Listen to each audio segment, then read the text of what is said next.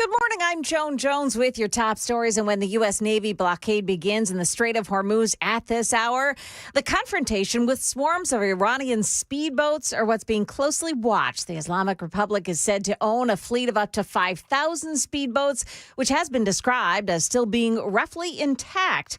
Iran's traditional navy has been decimated by U.S. airstrikes. An armed carjacking ended yesterday in a way that nobody was expecting. Lebanon police responded to an armed carjacking. Later, Mount Juliet police saw the car on I-40 and tried to pull it over. Officers say Lorenzo Weir eventually crashed into a tow truck. That's Kenley Hargett at News 2. Weir had non-threatening injuries. Lebanon police say, though, that Weir stole the car at Peyton Park Apartments from a woman who had a small child with her. As if drought and surging energy and food costs weren't bad enough, Texas agriculture is facing a rising threat from south of the border. It's been nearly 2 years since a parasite called the New World screwworm was detected in central Mexico. Here in Texas, we have like a $35 billion livestock industry, so it would affect that. Texas Agriculture Commissioner Sid Miller has been monitoring the northward migration of the screwworm. They're here, just across our border. About 90 miles away in the Mexican state of Nuevo Leon. Miller is urging Texas cattle ranchers to closely monitor their herds. Jim Ryan, ABC News. And from cattle to fish, fishermen are getting federal permission now once again to catch salmon off of California. The salmon are running again in California. So many federal fishery managers voted Sunday to open the coast to commercial salmon fishing for the first time since 2022. Recent wet winters mean more cold water, which the fish need to spawn. Populations have also bounced back because we humans removed 4 dams that blocked their spawning routes. After they hatch, they mature in the Pacific for a few years, then migrate back to their freshwater spawning grounds where they lay eggs and die. Wayne Cabot, ABC News. Market Numbers brought to you by Beacon Capital Management, online at beaconcm.com. It's a mixed bag right now. The Dow Jones Industrials are down 230, but the NASDAQ is plus 42 points. S&P is down just a fraction, and crude oil at the moment trading at 101 per barrel, $101 per barrel. That's slightly better than it was early this morning. That's the latest news. Traffic and weather next. I'm Joan Jones, WTN News.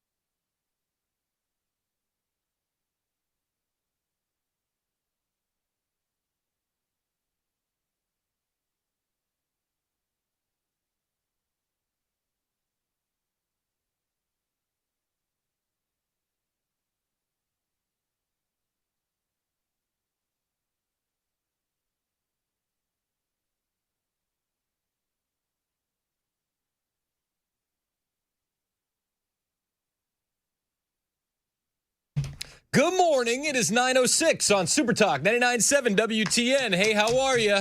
My name is Chris Hand. Show's brought to you by our friends at Better Water LLC. You need a water filtration system or a water softener, you get that at betterwater.com. You can listen to the show today on all the apps and the FM dial. You can watch the show as well. Super Talk TV is up and running on Facebook, Twitter, Twitch, YouTube, and Rumble. YouTube and Rumble are the big ones. Hit subscribe. Help us grow the digital footprint of the radio station. So we are officially blockading the Strait of Hormuz. That is happening. I am I've been trying to be as optimistic as I can. One of the things that I've been saying pretty much consistently here is that trust the original timeline, 4 to 6 weeks. With the blockade happening, that timeline is out the window. And the longer this goes on, the more pessimistic I'm going to become when it comes to midterms. As of today, we're screwed. We're screwed. I think we're screwed in the midterms. I think that is just going to be the reality of the situation. Gas prices are going to go higher. This isn't going to end anytime soon. And the optimism is fading. So we'll talk about that today. We're also going to talk about my friend Savannah Hernandez. I had the opportunity to speak with her last night. She was assaulted in Minnesota by a grown man. And the scene was absolutely chaotic. She's doing fine. We're going to try and get her on the show today. If not, it'll probably be tomorrow or later on this week. That was brutal. It was unbelievable. I mean, she got launched by a grown man after being harassed and berated and assaulted by the wife and the daughter of the man. Yeah. And they look like absolute lunatics, just psychopaths. The same guy has been on the news talking about how they need more love and they need more peace and they need more unity. And then the first opportunity he gets when a 5'0" investigative journalist is just covering a protest, he pushes her from behind. This is domestic terror. Yes. At its finest. She was there.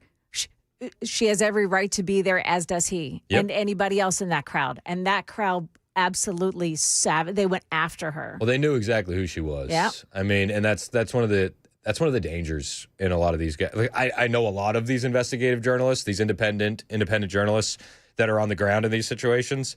And these Antifa networks and these leftist networks, they find out who you are, and then they spot you in a crowd immediately, and the word travels like wildfire. Andy No has been just brutally beaten as well. Yeah, well, he got hit with what? He got hit with the milkshakes, right? The concrete milkshakes. Yeah. He almost got killed, Andy No.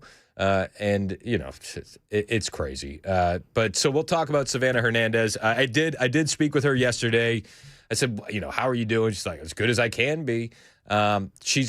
So the FBI is investigating. There's a lot of people investigating this now. And those 3 individuals were brought up on charges.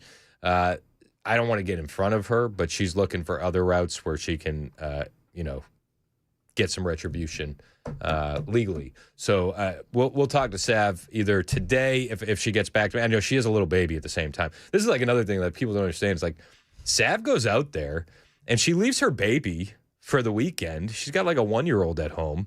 And then it's like she puts herself in the line of fire. Like she could have died. I mean, I don't think that's an understatement. Would you say that's an understatement? No, I think that's absolutely. I totally feared for her life.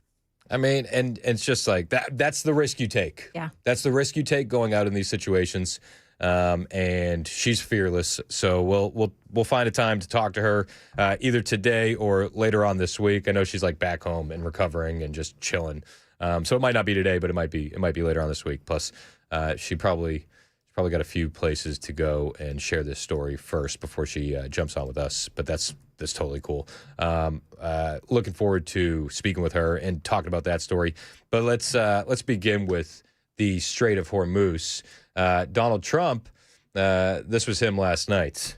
10 o'clock tomorrow, we have a blockade going into effect. That'll be 10 o'clock tomorrow. Other nations are working so that Iran will not be able to sell oil, and that would be very effective. But what we want to do is and again, we don't need it. What we notice and what we see and what I think is maybe my idea, maybe not, I don't know. But there are many boats heading toward our country to fill up with oil and then go and take it. So they're not going to go through the Hormuz Strait. There is a lot of oil tankers headed to the Gulf of America. If you've been paying attention online, you've seen the traffic. That's not going to fix the gas price problem. That's not going to end the conflict sooner. It's just I feel like it's going to exacerbate. It's going to make it where they can keep the blockade in effect longer. I just don't see any reasonable way out of this. Fox News, this was last night, talking about the Strait of Hormuz, and they were saying that the IRGC is a little bit panicked because of this blockade. Seizure by U.S. forces. Iran's Islamic Revolutionary Guard Corps reacting, quote, contrary to the false claims of certain enemy officials, the Strait of Hormuz is open for the passage of non-military vessels under smart control and management in accordance with specific regulations. Now, over the weekend, Vice President J.D. Vance arrived here in Islamabad for the talks brokered by Pakistan to negotiate with an Iranian delegation. Vance spent more than 21 hours doing it, Bill. U.S. officials say included in the final offer taken back to Tehran are 6 red lines, including opening the Strait of Hormuz without collecting tolls, ending all uranium enrichment, and dismantling Iran's enrichment facilities, something the vice president emphasized with reporters here in Islamabad after the talks. I mean, and if you've been paying attention at home, you understand that the talks didn't go well. Unsuccessful. How close they were to success, your guess is as good as mine. I would imagine very, very far apart. An official told Breitbart News that Iran did not agree to 6 of those United States red lines. As you heard there from Fox News, they outlined 3 of them. But it's ending all uranium enrichment, dismantling all major nuclear enrichment facilities, allowing for the retrieval of the highly enriched uranium, accepting a broader peace, security, and de-escalation framework that includes regional allies, ending funding for terrorist proxies, Hamas, Hezbollah, and the Houthis, and fully opening the Strait of Hormuz, charging no tolls for passage. That is, you pick one, and maybe that was the one that was the straw that broke the proverbial camel's back. I don't know if that's the right pun to do when you're dealing with the Middle East, but hey, here we are. They did not reach an agreement. J.D. Vance says it's bad news for Iran. I watched this in real time. I'm sure you did as well, but this was Vice President Vance after those 21 hours of negotiations with the Iranians. At it now for 21 hours. And we've had a number of substantive discussions with the Iranians. That's the good news. The bad news is that we have not reached an agreement. And I think that's bad news for Iran much more than it's bad news for the United States of America. So we go back to the United States having not come to an agreement.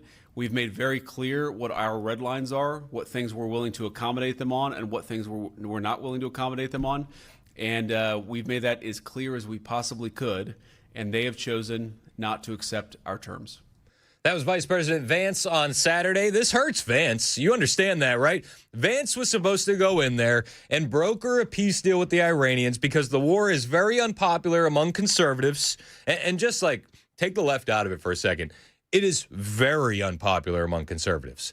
And a lot of conservatives have been blackpilled by the president, saying that you're doing this for Israel. This isn't America first. You campaigned against this. You're breaking a campaign promise. Vance was supposed to go in there, and he was supposed to negotiate these peace talks because he's the guy for 2028.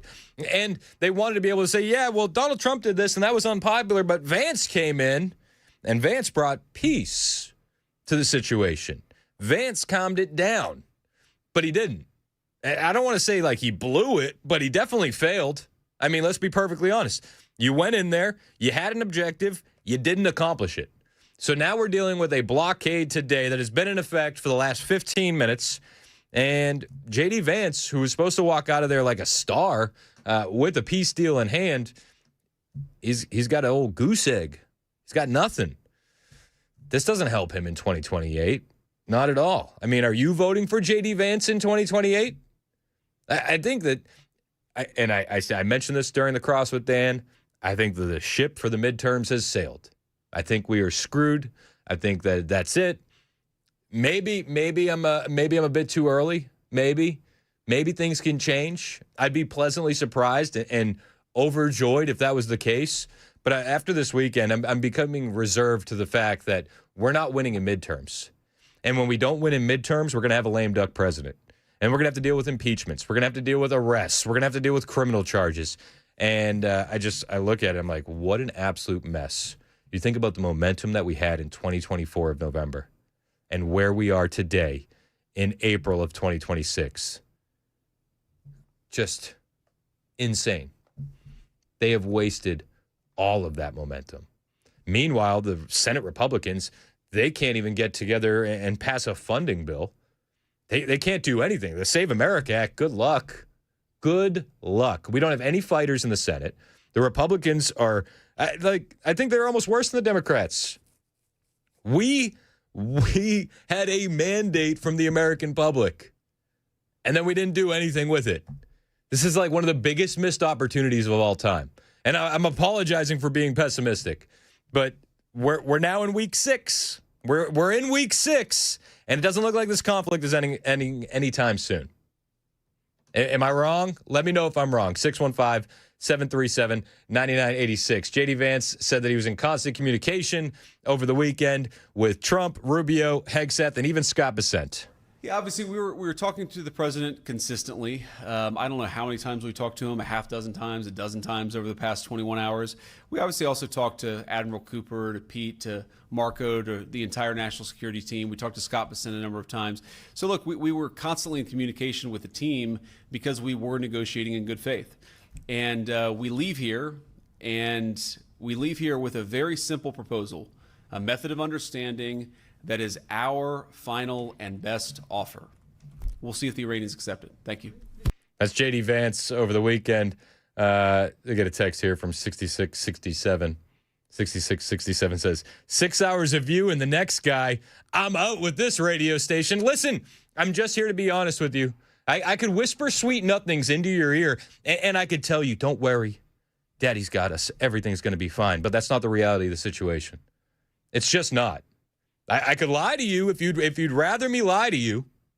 I'm happy to. We can do a one-on-one group therapy session. But if you disagree with me, call in. The timeline was 4 to 6 weeks. Do you envision this ending this week? I will absolutely eat crow on this radio station if it ends this week. I will humble myself before Donald Trump, and I will tell you I was wrong. But I have been trying to be very, very optimistic, and I don't see where this goes. Let's go to Daryl in Tullahoma. What's up, Daryl? Hey, Chris. Thanks for taking my call, man. Hey, what do you got? Okay, so different thought process on this Iran thing, man. First of all, doesn't have to be protracted. You know, he still can bomb their oil facilities and just shut down all their ability to make money. Whether or not he, bombs the electrical grid and takes that out or not, but this does not have to be protracted. All he has to do is bomb it and pull back and leave them with nothing, which is what I think he should do. And then secondarily, okay,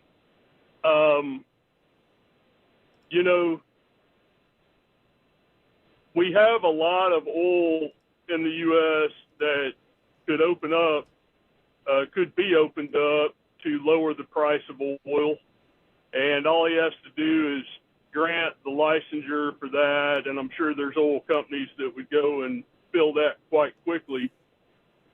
And then third, in prehistoric times and ancient times, whenever you conquered somebody militarily, to the victor goes the spoils. And I personally just think that, we ought to take the whole place over and put an American flag in the center of it and take the oil, because the population there certainly wants overthrow of the regime. I mean, potentially, but I would just say that you have a generation of Iranians that have been indoctrinated. They might hate the IRGC, but America and Israel aren't far behind that. And if you're going to take over the oil supply, you're talking about a boots-on-the-ground war. How long does that last? Doesn't have to be a boots-on-the-ground war. You go in and you take it over, and you set up a governmental structure. I mean, this is a country with 90 million people. If you think we're going to walk right in there, that's crazy. That's not going to happen. George Patton walked right into Bastogne. George Patton walked right in all over Europe and took over cities that had enemy combatants in it.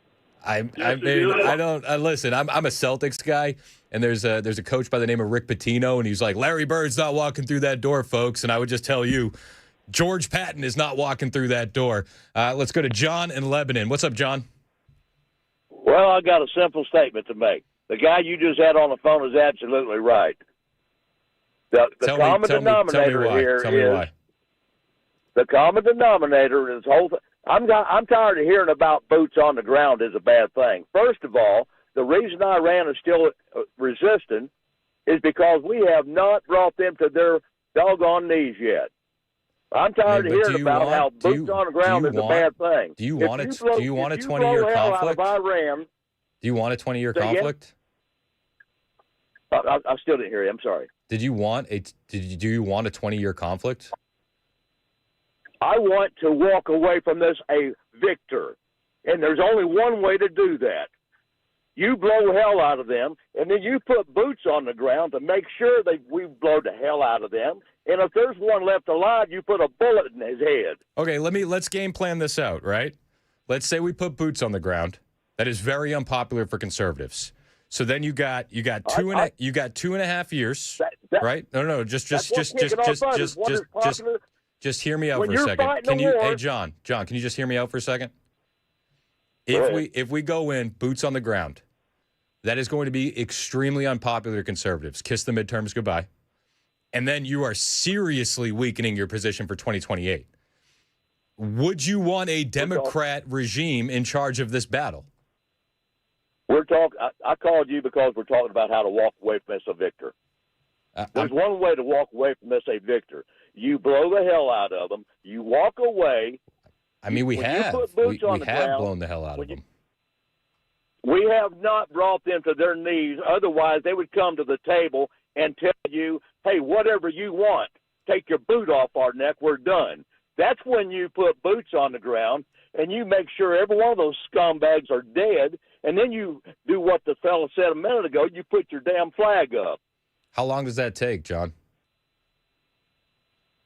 When we went into World War II, we wasn't talking about who the hell wanted us in there. What does the polls say? We went in there and we came in there and brought hell down. We came home and with the job done. You can't go over there and say, well, we can't blow that munitions factory up because it's next to a school. Hey, screw the school. There's one way to win this. You go in there and you beat the hell out of them and stick your flag up. And if one of them pops a head up, you put a bullet in it. I mean, hey, that's one way to do it. I just think it lasts longer than 2.5 years. You got a country of 90 million people. Well, and I'll tell you something else. If we are at the point in this country where we have to worry about who's going to be in the White House or who's going to control the House and the Congress because we have to go over there and defeat an enemy, we're done anyway. I hear you, John. I appreciate the call, man. Thank you so much. Let's go to Josh in Nashville, and then we'll take some more calls on the other side. What's up, Josh?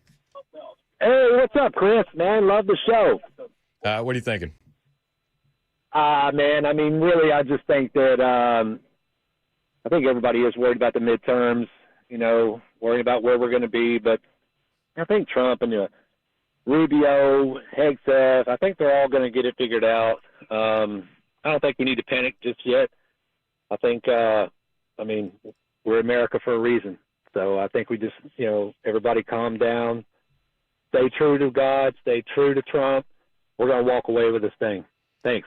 Hey, I appreciate the optimism. I'm trying to be as optimistic as I can. We'll take more of your calls on the other side. It's 9:25. This is Super Talk 99.7 WTN.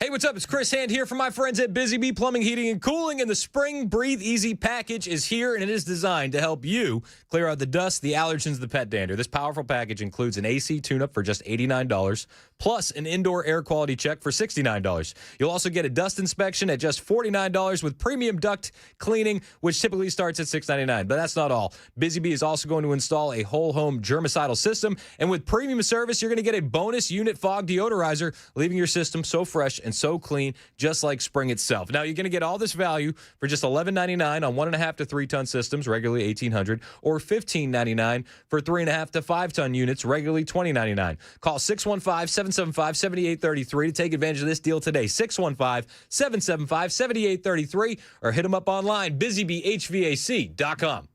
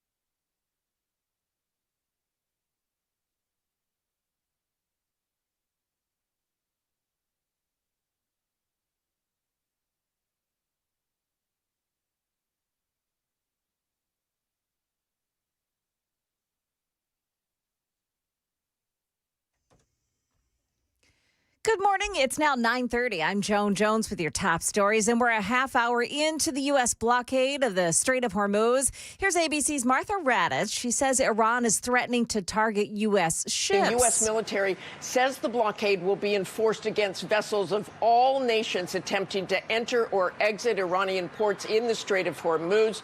U.S. forces stress they will not impede the navigation of boats coming to or leaving from non-Iranian ports. It's not clear how the blockade will be enforced or whether ships moving within the strait will allow searches from the U.S.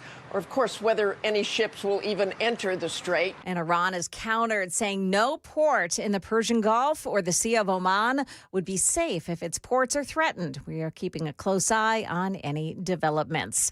OPEC says crude oil production plunged in March because of the disruption in the strait, and it's putting pressure on oil markets. Iraq is suffering the steepest decline because it relies heavily on the waterway. Meantime, talks between Israel and Hezbollah, they're set to begin tomorrow. In local news, a school bus and an SUV collided early this morning in Wilson County. The Wilson County Sheriff's Office saying one person was hurt in the crash at Cairo Bend Road. No students were on board the bus belonging to Friendship Christian School. The bus collided with a Toyota Land Cruiser. One person in that vehicle suffered the minor injuries. And the Tennessee Lottery recently said sales are down, apparently getting dinged by more people choosing online sports betting and fewer huge jackpots. So House Speaker Cameron Sexton says it's time to take a look at the lottery's CEO's salary. There is an issue there about why are we paying this much for that when the program's designed to go for the kids. And I think that's an issue we need to look at. CEO Rebecca Paul Hargrove's salary is more than $650,000 a year, making her one of the highest paid lottery executives in the nation. That is the latest news. Weather is next. I'm Joan Jones, WTN News.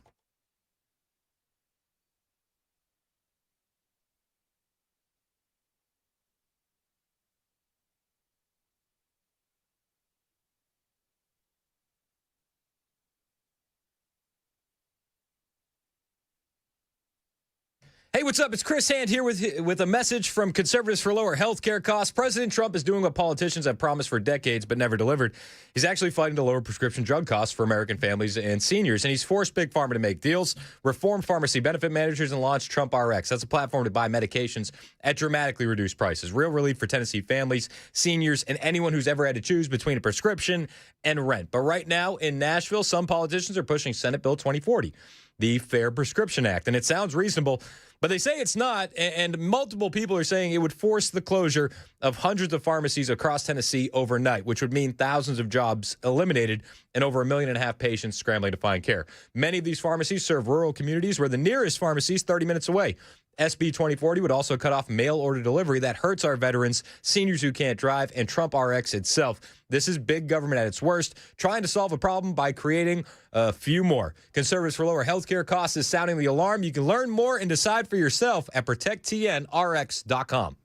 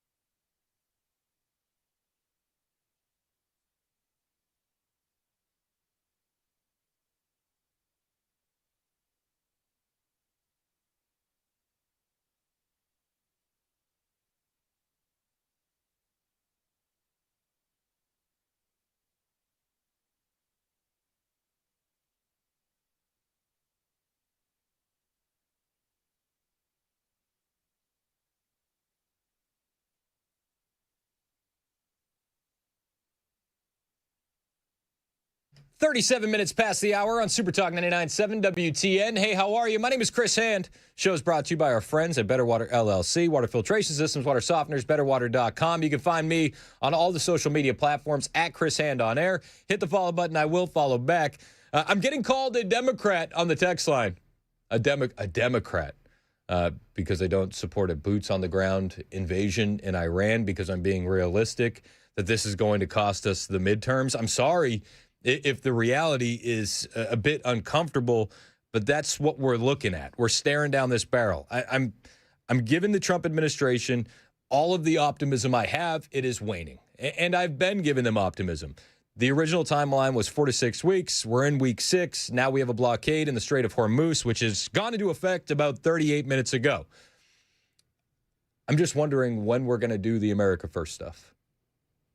I'm just curious when we're going to do the America First stuff. We had so much momentum coming out of the election in 2024, and it looks like we are shooting ourselves in the foot with this conflict. And guess what happens when we lose the midterms? Well, Hillary Clinton just spelled it out on Morning Joe. Cannot have affordability if you don't have accountability. And accountability starts with reining in the corruption in this White House. Because the corruption is not just the amounts of, money that, Trump and his family are shoveling in. It's also about who they favor, who they give benefits to, often at the cost of middle-class families and working people. So let's focus on affordability, but let's also focus on accountability. One of the real unfortunate mistakes of the Biden administration is they didn't, really focus on the accountability measure. Well, now there is more than enough to look at and get people to understand the connection between their lives and the enrichment of the Trump family and the Trump cronies. Every single thing they do has a transactional cost that benefits them. So I think we've got a great story to tell. They got a great story to tell. Listen, when midterms come and they go and we lose our majorities, people are going to point to this and say, this is what happened. You officially blackpilled a lot of conservatives. You turned away the libertarians, and you ruined the big tent that was created in the lead up to 2024. That big tent was created in part by Charlie Kirk and Turning Point USA. I was there for a lot of that. It was exciting to be a part of, and I'm frustrated. I'm frustrated that we've lost a lot of the momentum that we have. So I hope that the Trump administration can fix this, but I'm growing less hopeful by the day. 615-737-9986. Let's go to Joe in Colorado. What's up, Joe? Hey, Chris, I'm kind of at a loss for words today, man. I love your show. Yours and Matt's are my two favorite.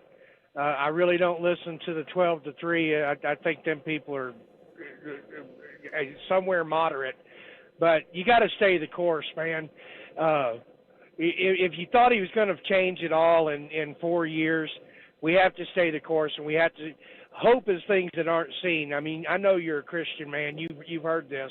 But you just gave a witch that broke a whole state and should be in jail. You just gave her airtime. And I hear it all the time on both shows that I listen to, yours and Matt's. The politicians, it's like Marsha Blackburn. I hear you shouldering all of this on J.D. Vance and Trump, and the Republicans in the House haven't done anything in the first 2 years. You're absolutely right. They haven't done anything. They haven't codified any of the executive orders. I know. And this is what's so frustrating. And then you got Marsha Blackburn comes on your radio show, on Matt's show, and she's running for governor, and she's done nothing in the Senate. I mean, on Matt's show, they have a drinking game called the Dadgummit game with Tim Burchett, and nothing's changed. Nothing's changed. I've been telling some buddies of mine that drive trucks like I do. I'm from Tennessee. I live just south of where Matt's at, where you guys are at, in a little town called Loretta, Tennessee. And none of this stuff has changed. It's the lesser of two evils, and the only way we're going to hold the House and the Senate is to stay the course. And I agree with the other guy. We've got to, if you want it to, those people over there have hated us since Jesus went to the cross. They've hated us since we became a country, and they're going to keep fighting. It's either going to be total obliteration or nothing. And if we allow them to rebuild anything at this point in time, we're going to be back in war in another 5-10 years, and it may be worse next time. We may have to push that little button and nuke them at some point. I mean, everybody keeps talking about the. Okay, so let me address a couple points. First off, with playing Hillary on the station, this just aired, and it's one of those things like the Democrats are telling you what they're going to do. They're telegraphing it, so it's just like wake up. Absolutely. That's what's coming. 100%. That's why I played Hillary. To your point about nuking Iran, like. Do you understand how that would ripple out, right? Then Russia and China's involved, and then it's World War III. How else? It's gonna. We either end it now, and it's going to cost a lot of lives. I don't know about boots on the ground. I don't think I was in the military. I'm not just a truck driver. I try to keep America going from whatever angle I can do it. Well, I appreciate your service. Thank you, sir. Well, hey, I appreciate you, bro. I appreciate the time that you're spending with me, and I'm really at a loss for words. I mean, I love Joan Jones, Ken, you, Matt, everybody on his radio program, Jackson and his tiara and his trophy. That's what's hurting his back. That's is true. Him toting that stuff around. That's true. The nincompoops and I mean, I love you guys, and it keeps me busy out here on the road. But it's aggravating to hear that we're going to lose right now, and we haven't even got there yet. But the Congress, if the Congress and the Senate lose, that's on the Congress and the Senate. What's going on overseas? We have to keep that stuff over there. I disagree. I disagree that would be on the Congress and the Senate. In certain specific races, you could make that argument. What do you mean? They haven't. How would I not make that argument? They have not codified any of the laws. They've done nothing. Because they went home. No. They only worked. I agree, and I'm just as disappointed and disenfranchised with them. They go home more. But They shut down the government. They still get paid. They go home and don't worry about what's going on. No, we had a big tent. This conflict has turned the big tent away. We lost so many independents, so many libertarians, and so many conservatives. Like we're losing the younger generation. And I don't know if you know this, we're going to need them to win elections. And you know what they're going to do? They're not going to vote for Democrats. They're going to stay home. They're going to stay home, Joe. Absolutely. I agree. So how do we get – I mean, I asked you this question a couple of years ago. I've been listening to you since you started. I called in and I asked you this question. Chris, I hear all this stuff about the Speaker of the House, Mike McCarthy. What do we do? What do we do? What do we do? And I ask you, what are you going to do? If we don't pick up arms at this point in time and overthrow our government, what do we do, Chris? I don't know if you remember that conversation. You gave me Mike McCarthy's phone number. I got on the phone and I started calling. But I work 7 days a week, 12 to 14 hours every day. I've had 8 days off in the last 3 years, bro.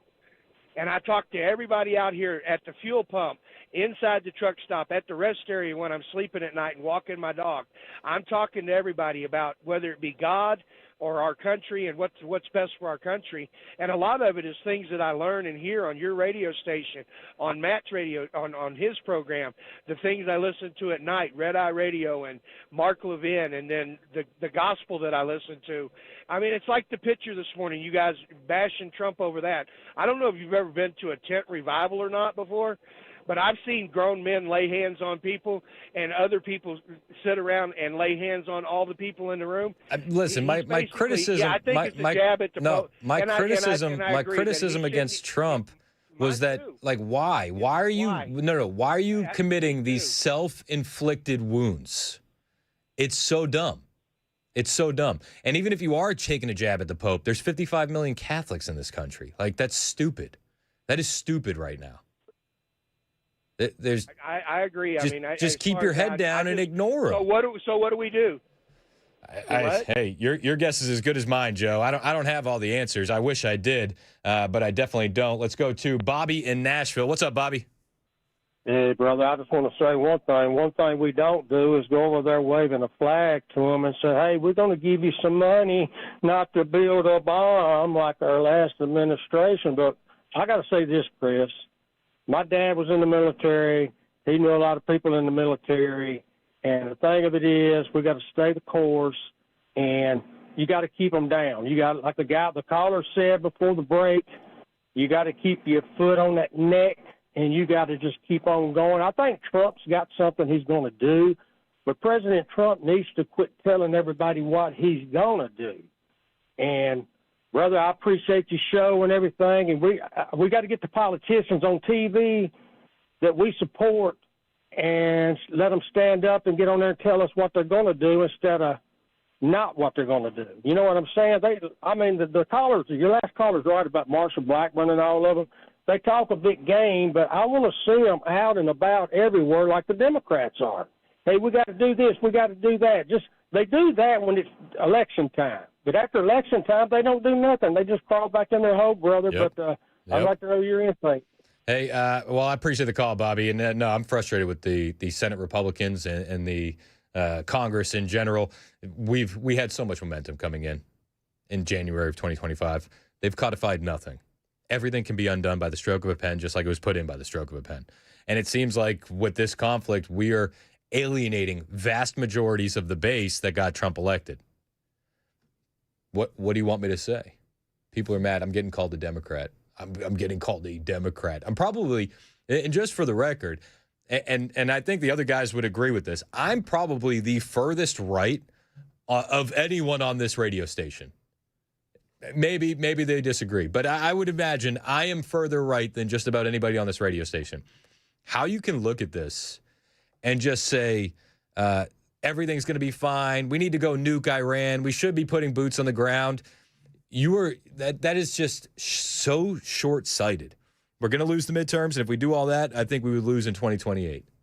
And not because people are going to go out and vote Democrat, but because people are going to be turned off by the conservatives. President Trump last night, I don't know if he's waiting for Iran to come back to the negotiating table. Oh, I don't know. I don't care if they come back or not. If they don't come back, I'm fine. Their military is gone. Their missiles are largely depleted. The manufacturing capability for missiles and drones is largely defeated. We've been very nice. We haven't ripped down too many bridges. We did one only because they broke their word. They broke their promise.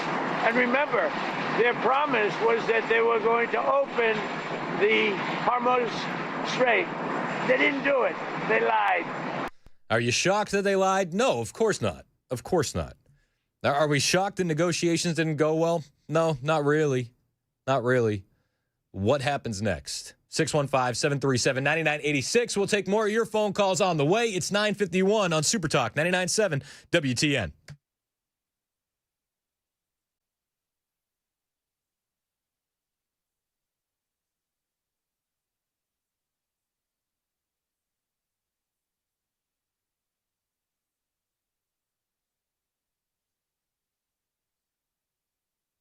Hey, what's up? It's Chris Hand here for the Wellness Institute of Nashville. And if you're dealing with any kind of pain, back pain, neck pain, sciatica, herniated or bulging disc, maybe spinal stenosis or numbness and weakness in your arms, legs, fingers, or toes, you know you don't have to live that way.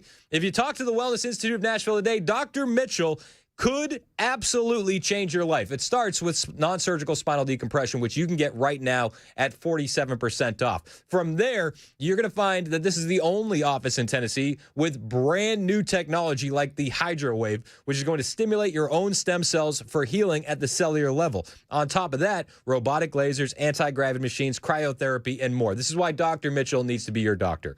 Bring your MRI. They'll explain exactly what's going on. They'll take x-rays if needed, and they'll walk you through how to get back to a pain-free life. Spoiler alert, it's not going to involve surgery. It's not going to involve opioids, and you're not going to be dealing with painful injections. This is the real deal. It starts with a phone call, 615-246-5009, 615-246-5009, the Wellness Institute of Nashville, online at painisbad.com.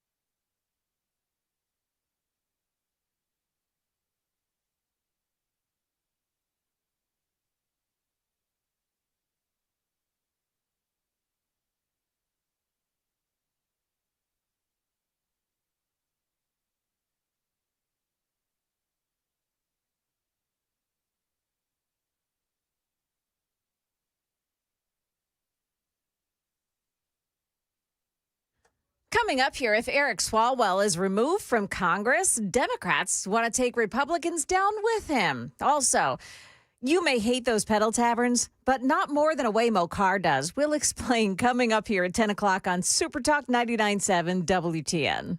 That's Joan Jones in the newsroom. It is 9:56 on Super Talk 99.7 WTN. My name is Chris Hand. The show's brought to you by our friends at Better Water LLC. The text line is cracking me up right now. I'm either being called a Democrat or I'm being told about time you're seeing the light. And I think that the divide here is generational. I think that if you're a bit older, you're all in with President Trump and the operation in Iran. And if you are a bit younger, you're saying you are violating your promises that you made to us. 615-737-9986. We'll take a lot of phone calls today. I'm actually looking forward to it. Let's start with Monty in Nashville. What's up, Monty?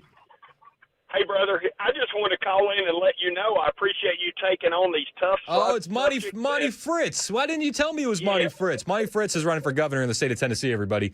He's one of our state representatives. What's up, Monty? Hey, brother, again, I appreciate you taking on these tough topics. I'm all over the state now, and there are a lot of people that are really frustrated we're at war again. Many of us think, hey, we want our president, if there's a threat, to eliminate that threat, but there is a great concern, and it is creating a divide. And my opinion, just country boy Monty's opinion, if our congressmen would stop fist bumping and rubber stamping at everything, show up for debates, show up to town halls, and have discussions with the people, we would be in less trouble in this midterm election that's coming. That's my opinion. So it's Monty Fritz on the line, state representative in Tennessee, gubernatorial candidate. When you see what's happening, do you feel like the president is breaking the promises of the no new wars, or that he's alienating certain portions of the base? It's certainly alienating portions of the base, I think. And again, I think much of that falls on our congressional members because they're afraid to take on a dissenting thought.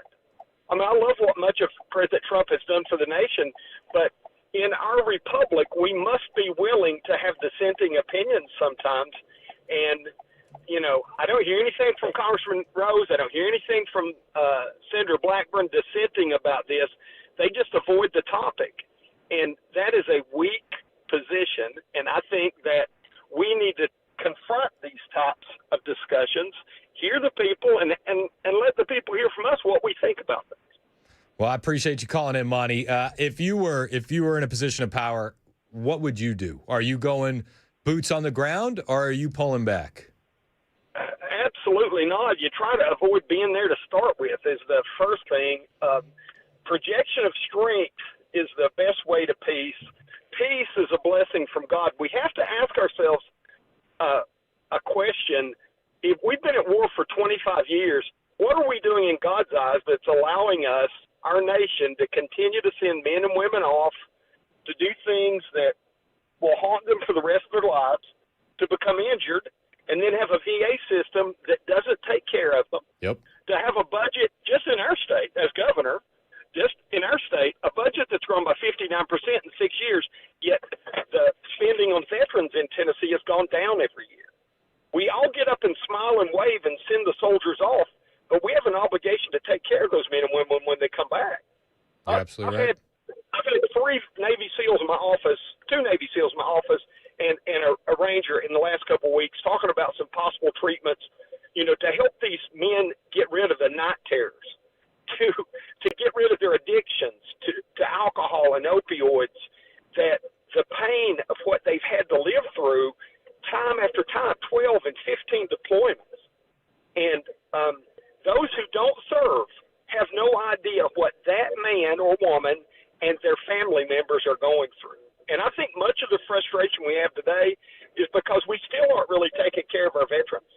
Heck, in Tennessee, we have to debate whether we're going to fund 100% disabled veterans property tax relief. Yep. And when the citizen hears that and they see us off to war again, they should be critical. And our congressmen have to stand up. I've been calling our Tennessee contingent to do this, and this offends the heck out of some people, but all of our congressmen, both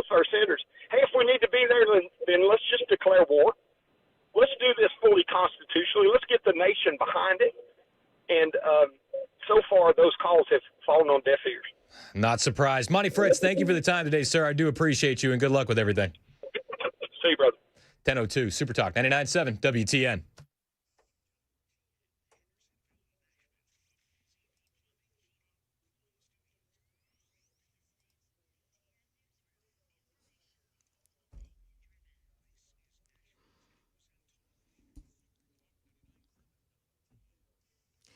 Good morning. I'm Joan Jones with your top stories. And so far, Iran's response to a U.S. blockade of the Strait of Hormuz has been strictly online. On social media, Iran's Speaker of the Parliament dismissing Trump's threat, writing, "Enjoy the current pump figures. With the so-called blockade, soon you'll be nostalgic for $4 to $5 gas." Tensions escalating after 21-hour peace negotiations over the weekend. The highest level of talks between the two countries in 47 years fell apart. ABC's Mary Bruce. U.S. naval vessels are scouring the strait right now. They're searching for the mines that Iran has left behind in the waterway. Well, now that Eric Swalwell has dropped out of the California governor's race, there's a movement to get him kicked out of Congress, too. But Democrats want to make sure Republicans go down with him. There's now talk of not only expelling Eric Swalwell, but also 3 other scandal-plagued members of the House in one fell swoop. That sort of thing hasn't happened since a pair of Confederates from Missouri and Kentucky were purged from the body in 1861. 2 of the targets of the possible expulsion effort are Democrats, and 2 are Republicans, so removing all 4 at the same time would not affect the balance of power in the chamber. It would take a bipartisan 2/3 vote to pull it off. ABC's Stephen Portnoy. Clarksville teacher Matthew Vetter has resigned after being accused of showing a naked photo of himself to a student. News 2's Peyton Kennedy says he's being investigated by the school and by TBI. He's accused of displaying an inappropriate photo on his personal device while showing an appropriate photo to a student back in March. Vetter is married to current CMCSS Director of Schools, Dr. Jean Luna Vetter. And the school says that Vetter's resignation won't have any effect on the investigation by it or the TBI. They're still ongoing. It's the first weekend of Waymo driverless cars being unleashed in Nashville, and there were 4 incidents of those cars being stuck and holding up traffic. Fox 17 reports in one case, a pedal tavern appears to have confused the automated vehicle. The car turned wide and then stopped, almost appearing to be facing oncoming traffic. The rep said the Waymo then sensed a large bus further down the road, adding to the confusion. The Waymo car was stopped for several minutes, people honking their horns before it then continued on. There were no passengers inside that car. That's Fox's Jaxie Pigeon. Waymo says the incidents didn't last long. That is the latest news. We've got your weather next. I'm Joan Jones, WTN News.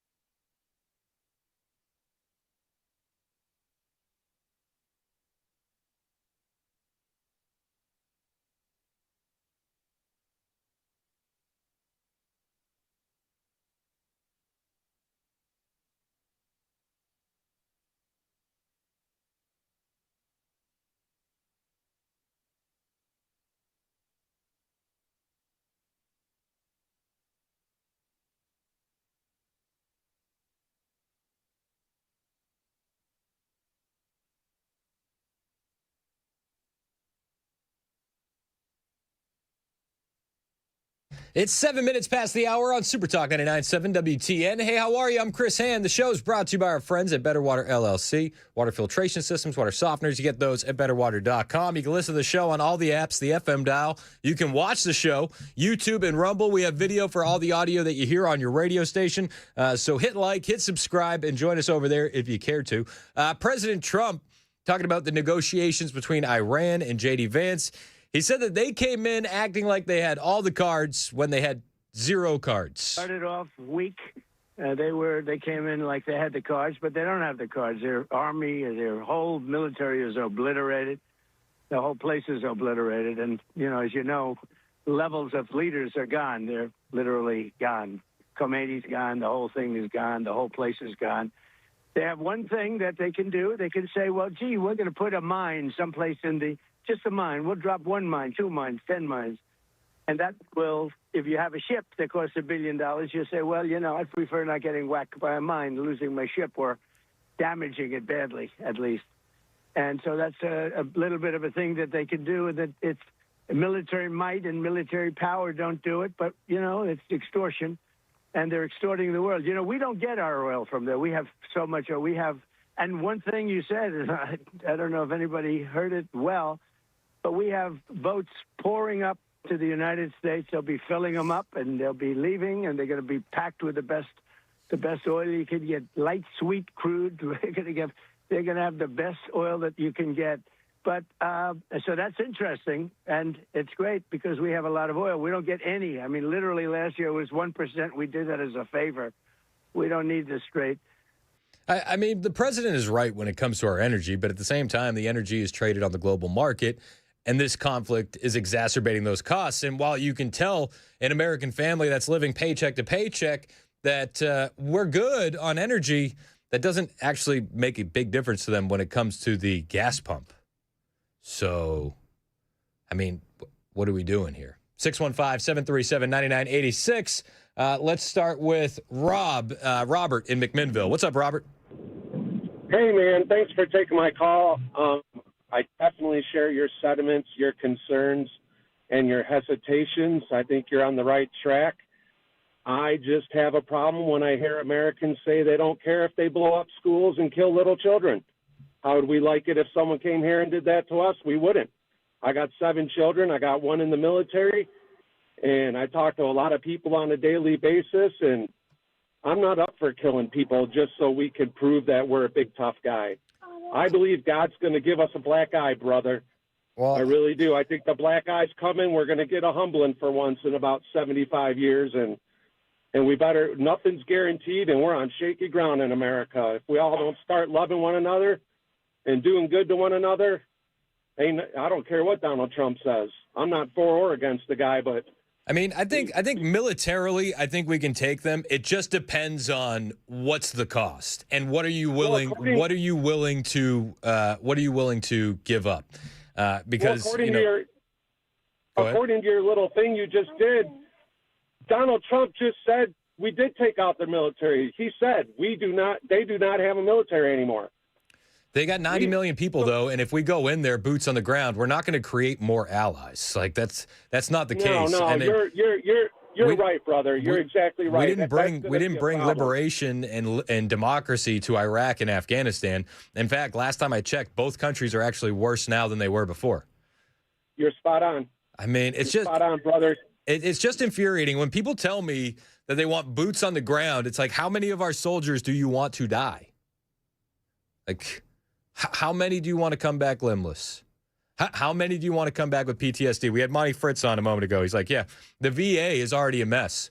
And if we do this, we lose midterms, we risk losing 2028. Remember when the Democrats were in charge of the country? Do you remember? Do you remember who they let cut in front of our veterans in line at the VA? Oh, that's right, illegal aliens. And I'm sitting over here when we come in with a massive mandate for mass deportations, and we can't even really get that off the ground. What are we doing? 615-737-9986. Let's go to our friend Craig in Mount Juliet. He is a veteran. Thank you for your service, Craig. Give me your thoughts on what you think is going on. Well, first thing I want to say is something important to say. in Lebanon, there is the Wilson County Military Museum, and they've got every gun ever used in every war, every uniform. They got a whole Huey helicopter. You can put your family in there, put your helmets on.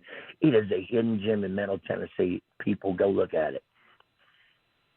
And Very I cool. want to say that, listen, if you're a veteran in Tennessee, I can speak. I've used one in Arkansas and in North Carolina. Man, veterans never had it so good. You know, you can walk in any of these hospitals and say you got a drug and alcohol problem. I've used them a couple times with, you know, alcohol addiction. And you go straight to rehab. They give you beautiful, I'm telling you. And say, the military museum in Lebanon, I want to say, if you need your disability money, there's a lady in there named Lindsay. She will take care of you. Listen, and it doesn't matter if you live out of state. There's some Leonard Skinner crash survivors that I know, and I'm helping one of them get his disability money right now. I love it. Hey, when it comes to the conflict in Iran, do you support boots on the ground? No, we don't need boots on the ground. All we need is the battleships going up this strait like they are and flying some A-10s overhead. No reason for boots on the ground, it doesn't look like. Hey, I appreciate the call, Craig. Thank you so much. Let's go to Brian. You're up next on Super Talk. What's up, Brian? Hello, Brian. We'll do a wellness check on Brian. We'll go to Edward in Manchester. What's up, Ed? Hey, how's it going? Great show so far. I've been listening out here in Manchester, Tennessee. I wanted to talk to you about something I've been reading recently in the Federalist Papers, especially stuff written by Alexander Hamilton with regards to the presidential's powers and Congress. And Alexander Hamilton was talking about how Congress should be in charge of when it comes to declaring war and stuff, and the president and Alexander Hamilton warned, based on his knowledge of other governments, that if it's a popular war and it's a popular president, that's when it gets dangerous for Congress. And I was wondering, where is the line today in our current Constitution where Congress can come in and say, that's enough, Mr. President, we can't go this far, okay, because this is a constitutional republic, you know? It's a nation of laws, not a nation of I'll do whatever I want because I'm in this office right now. So I was wondering what you thought of that. What do you thought of that? Well, I know that I know that there's a time limit on how long a military operation can last without congressional approval. It's 60 days without initial congressional authorization. But then they can do 30-day extensions, essentially ad nauseum. Right. So, I mean, originally when Alexander was writing the Federalist Papers, he stated that the states should be in charge of the military, and the federal government has to come to the states for funding for the military if they want a standing army. But I think that got lost in the constitutional debates when they were writing the documents. So, yeah. Well, hey, I appreciate the call, Ed. Let's go to Brian in Clarksville. What's up, Brian? Hey, man, that guy before that last guy, what a wimp. I mean, he's saying things like we've decimated their military in Iran. We've done all we can do almost, and now they can't fight. That's not true. They never did fight fair. They never did fight with an army. The IRGC is a bunch of fake almost. They use Hezbollah and Hamas and Houthis and Yemen, and you know how they do. I need you to fight back against people like that say that. I know you're against boots on the ground. I get it. So am I. I've got. And was that? Did that last guy say that the VA is the best it's ever been? Yeah, I mean, I'll take his word for it. I'm not using it, and I know Doug Collins has been doing some work to try and make it better. I mean, I'll take it. I'll take his word for it, unless somebody disagrees. I know that they're not letting illegal aliens cut. They're not letting illegal aliens cut in line again. But this is my big problem with the conflict right now. I think that it is eroding the big tent that was created in the lead up to 2024. I think we lose midterms if this continues, and then I think that the presidential race in 2028 is up in question at that point. I mean, who's going to line up to vote conservative out of the libertarians and the independents when they feel like they've been burned by this administration? Hey, let's don't be so scared that we're afraid to lose an election. Let's do what's right. And I'm not scared. I'm not scared, but I think that we do need to be realistic. Congress hasn't codified anything. Okay.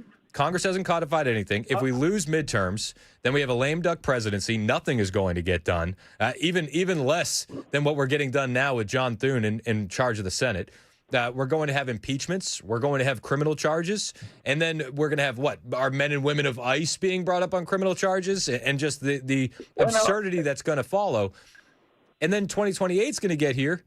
And then while we can say that we trust the president, do you trust a Democrat president to resolve this conflict? I mean, we saw what happened when Joe Biden resolved Afghanistan, didn't we?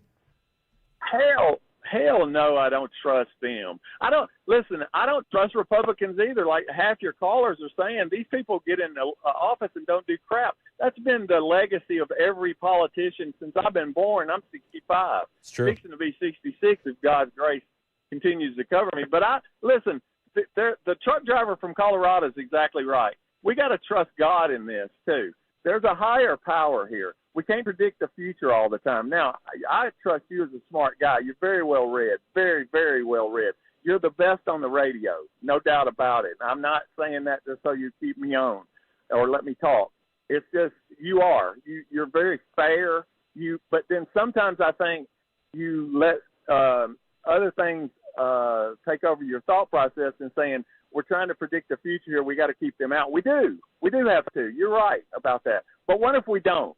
Then there's a higher power. We went through Biden, and it was bad enough. But that doesn't mean that we can't go. And we probably will go. Maybe you won't. Maybe I won't. Maybe our children won't. But somewhere down the line, the devil's going to take over again, and then we're going to have Armageddon. And maybe we're headed that way right now. I don't know. I'm not for boots on the ground. But by God, I'm for USA first, just like you said a while ago. Where's USA first? I trust Trump. I mean, look at how much he's done. Come on now, let's give him some credit. And I know you do, but let's stay with him. Let's hang in there with him. That's all I got. And I want to give him credit, and I want to give him grace and space, but I feel like a lot of these wounds that we're dealing with are self-inflicted. Whether it's the Epstein files, the Iran conflict, he's doing it to himself.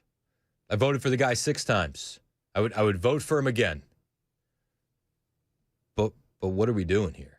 Like, let's be perfectly honest. Glenn is also a veteran. Thanks for your service, Glenn. He's in Franklin. He's up next. What's up, Glenn? Well, thank you for your service, all the information, and I agree with the last caller. I think you are the best out there, and I've listened a lot, 8 different states. You are the best in the nation.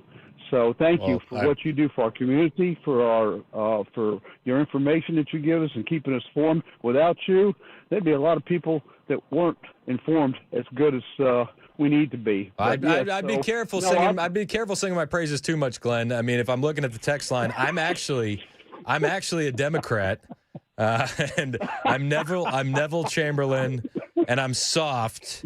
So, I don't know how closely you want to associate with me. My brand is getting a little toxic. You keep on talking the way you do. You keep on talking the way you do in informers. I might just join your boat. Might be Trump. No, I'm not going to say Democrat. No. I'm sorry. I can't go there. I'm a strong Christian. And no, I don't believe in boots in the ground until that's the last resort. But one thing they haven't done, drop leaflets down there to inform the people. They got people there that want to take over their country. They got people there that are dying, literally dying to go against that administration that they have over there. Let's give them some information because their country's not, for one.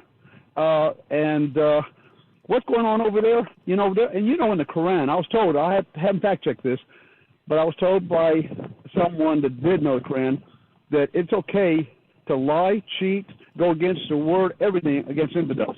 Well, we're the infidels against them, So I don't believe them. I don't trust them. And referring back to like World War II, the Japanese and the Germans, they were committed. Their people were committed. There was a lot of citizens that weren't and wanted to get free from all that also. So was Iran. Iran has a lot of citizens that want all that out of the way too. So let's incorporate some way or another to inform them, to help them. Are we looking at the Iranian citizens too rosy and too hopeful through an American lens that they do want to be liberated. I mean, we thought the same thing about the Iraqis, that they would be just lining up and so excited about democracy. And then where are we now? I mean, I understand the Iranians could hate the IRGC, but I always fall back to, I bet you number 2 and number 3 is America and Israel, and then you rotate those, whichever ones you think is number 2 or number 3. So I just... you know what I mean? I have to agree on that. Yes, I do. I know exactly what you mean, but I think there's enough of them that are, if we told them we're going to help them, it's your country, we'll help you. And he said that already. We'll help you take back your country and yours. So you control it. You do whatever you want to, but we'll get your bad out. You try to put in the good. With our help, we're going to oversee it and make sure it doesn't turn back into what it did before. Not total control and totally just, like one your caller said, go in there, boots on the ground, take it over, plant our flag. No, that's what Mussolini did. That's what, Japan and Germany wanted to do. No, that's wrong too. Yeah, but and I also think that sounds so much simpler when somebody is saying that on the telephone on a radio station than it would be in practice. In real life, that is going to be messy, and that is going to be bloody, and that is going to be long. Oh, I agree. I'm, like I said, I'm third generation. My grandfather, my mom, my dad, stepdad, my uncles, some of my uncles were in Pearl Harbor when it got bombed. So, yeah, I know the stories. I know the situations. I've been trained. No, I think the boots on the ground might be the last resort. I don't really think we need to. But, again, that would have to be the very, very bottom underneath the barrel last resort. And I don't think we need to really go there either. I'm with you. If they did put boots on the ground, I think it sets the Republican Party back 20 years. Oh, I had to agree. I think it was. And here's the other thing about the United States. These young people, and I have heard some, and I actually have a friend of ours that, distant friend of ours, is that one of their children don't believe in God, don't believe in the president, don't believe in the United States, don't believe in what they're going on, and believe we need to be a socialist country. And a lot of I'm hearing that from a lot of the young generation, and that scares me. Yeah, I hear you, Glenn, and I appreciate the call. 615-737-9986 if you want to join the conversation. 615-737-9986. I got a text here from 5644. Said, negative talk creates negative people. CNN would love to have you start mopping bathrooms. So, okay. I'm sorry that I'm being honest. I'm sorry that you don't like me being truthful. But what do you want me to tell you? I could whisper sweet nothings. I could tell you that we've degraded the missile capability. I could tell you that the Navy is at the bottom of the ocean. I could tell you that their nuclear program is set back decades. We still find ourselves in this position. And this is going to go on for a while. I don't think it resolves soon. I'm happy to eat crow. I would trust me. I would much rather be wrong. I really would. But I'll take more of your phone calls on the other side. It's 10:25. This is Super Talk 99.7 WTN.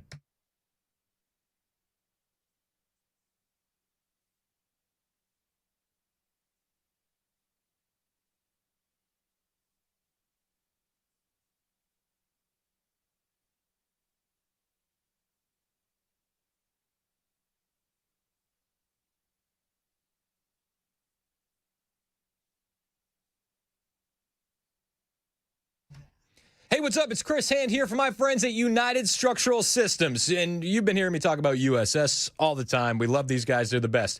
Rain season is coming. And that water is going to be getting into your crawl space and into your basement if you have waterproofing issues. It's not a big deal. It can be fixed actually pretty quickly and not too expensive with our friends at United Structural Systems. But if you kick the can down the road, if after a rainstorm you wait for the water to dry up and you go, gee, it fixed itself, you're lying to yourself. And those problems are only going to get worse. That water gets into your basement and into your crawl space. It's going to lead to mold. You don't want your family breathing that in. Or even worse, it's going to lead to wood rot, which is going to compromise your foundation. And every homeowner knows a foundation is the key to a strong home. So don't let this happen to you. Call my friends at United Structural Systems today. If you're noticing leaks after severe weather, call them right now. They'll get it fixed in record time. 615-488-7855, 615-488-7855, and you can find them online at ussTN.com.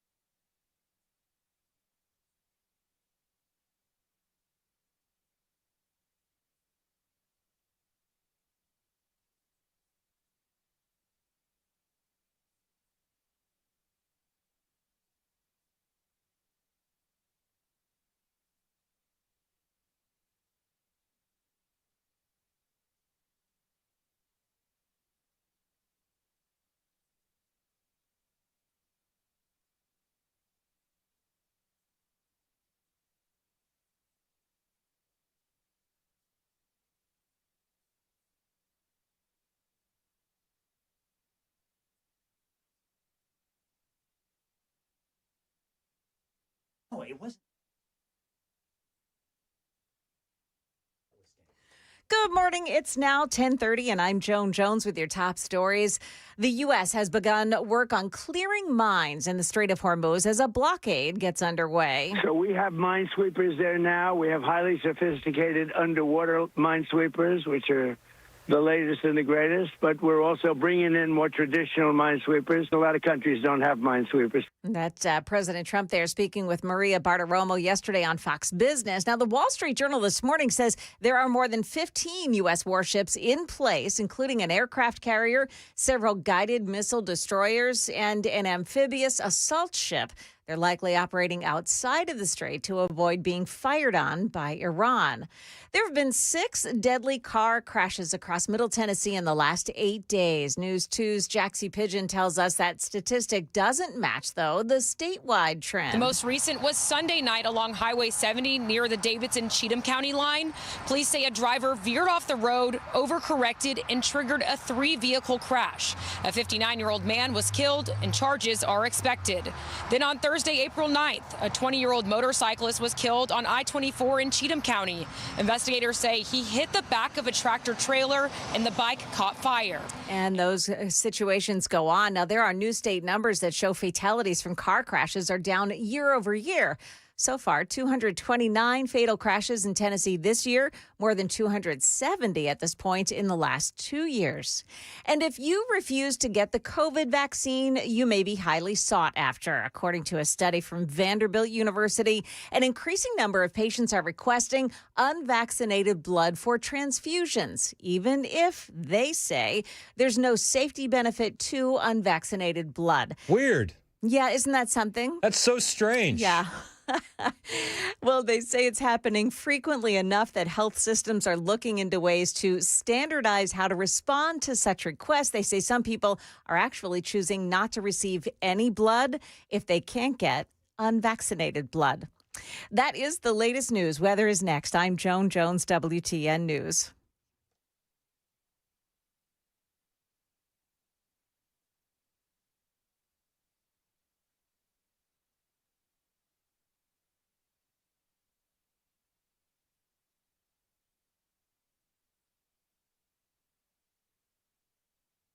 Hey, what's up? It's Chris Hanford, Conservatives for Lower Healthcare Costs, and they have a message for you. President Trump is doing what politicians have promised for decades but never delivered. He's fighting to lower prescription drug costs for American families and seniors, and he's forced Big Pharma to make deals, reform pharmacy benefit managers, and launch Trump RX, a platform to buy medications at dramatically reduced prices. That's real relief for Tennessee families, seniors, and anyone who's ever had to choose between a prescription and food on the table. But right now in Nashville, some politicians are pushing Senate Bill 2040, the Fair Prescription Act. And they say it sounds reasonable, but it's not. If it passes, it would force the closure of hundreds of pharmacies across Tennessee overnight. My big issue with that is the thousands of jobs that would be eliminated and the over 1.5 million patients scrambling to find care. Many of these pharmacies serve rural communities where the nearest pharmacy is 30 minutes away. SB 2040 would also cut off mail order delivery. That hurts veterans, seniors who can't drive, and Trump RX itself. They say this is big government at its worst, when you try to solve one problem by creating 3 to 5 more. Conservatives for Lower Healthcare Costs are sounding the alarm. You can learn more and decide for yourself at protecttnrx.com.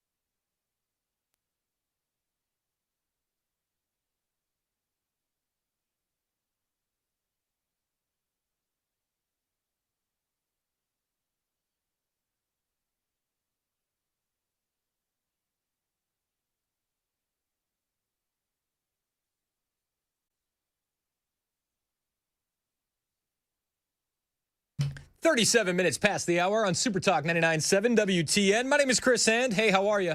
Show's brought to you by our friends at Better Water LLC. If you need a water filtration system or a water softener, you get it at betterwater.com. We appreciate those guys sponsoring the show. Appreciate you guys interacting with the show. Whether you're in the YouTube chat or on the text line or the phone line, 615-737-9986. I really do appreciate you guys. The best part about this show is the conversations that we get to have with you. I've said it once, I'll say it a million times. The most important part of the show is you. And I am incredibly blessed by having this audience as a resource, not just to be able to tell you my opinions, but also to just hear yours and get a temperature check of what people are feeling on the ground. And I think that's what we're kind of doing today. It's a vibe check, if you will. We're monitoring the situation. The Strait of Hormuz has been blockaded, and I'm pessimistic about the Operation Iran. I think I've been as optimistic as I could be for as long as I could be. The administration said 4 to 6 weeks, and now we are in a position where it doesn't look like that's going to be coming to a close anytime soon with this blockade going on. American warships have surged the area. There are over 15 U.S. warships. It's shaped like a boat. It's 15 U.S. warships in place to support President Trump's blockade against Iran via the Strait of Hormuz. That's according to the Wall Street Journal. Any Iranian ships who try to interfere are going to be absolutely blasted.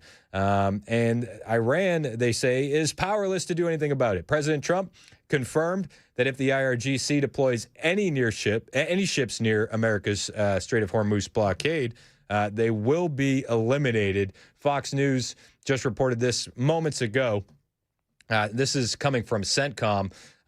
Here, listen to this, and then we'll take some of your phone calls. Harris, well, this conflict is now in its next phase. The United States announcing a blockade of the Strait of Hormuz, an attempt to shut off Iranian trade. The president just posted, quote, warning. If any of these ships come anywhere close to our blockade, they will be immediately eliminated using the same system of kill that we are using against the drug dealers on boats at sea. It is quick and brutal. The president says he is indifferent to whether Iran wants to continue to talk. I don't care if they come back or not. If they don't come back, I'm fine. Their military is gone. Their missiles are largely depleted. The manufacturing capability for missiles and drones is largely defeated. We've been very nice. We haven't ripped down too many bridges. We did one only because they broke their word. The president is facing opposition on his Iran operation from some conservatives, but overwhelmingly from Democrats who are now criticizing the newly initiated blockade. I mean, yeah, the Democrats are going to be mad at no matter what he does. Donald Trump could create world peace. The Democrats would be like, he's putting the warmongers out of business. You know, let's be real. The debate I'm focusing on is on the conservative side of the aisle. And I am very, very pessimistic about what this does for our chances in midterms if this thing stretches out any further. And it doesn't look like it's ending anytime soon. Taking your comments and your thoughts at 615-737-9986. Who's been holding the longest? Let's go with Bill in Charlotte on midterms. What's up, Bill? How are you? Thanks for taking my call. The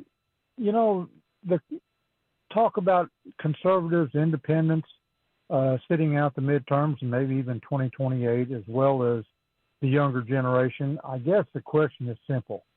Are you willing to either vote for or vote by default by sitting out the very people who gave you 9.5% inflation, abortion on steroids, illegal immigration on steroids, and all of the other things?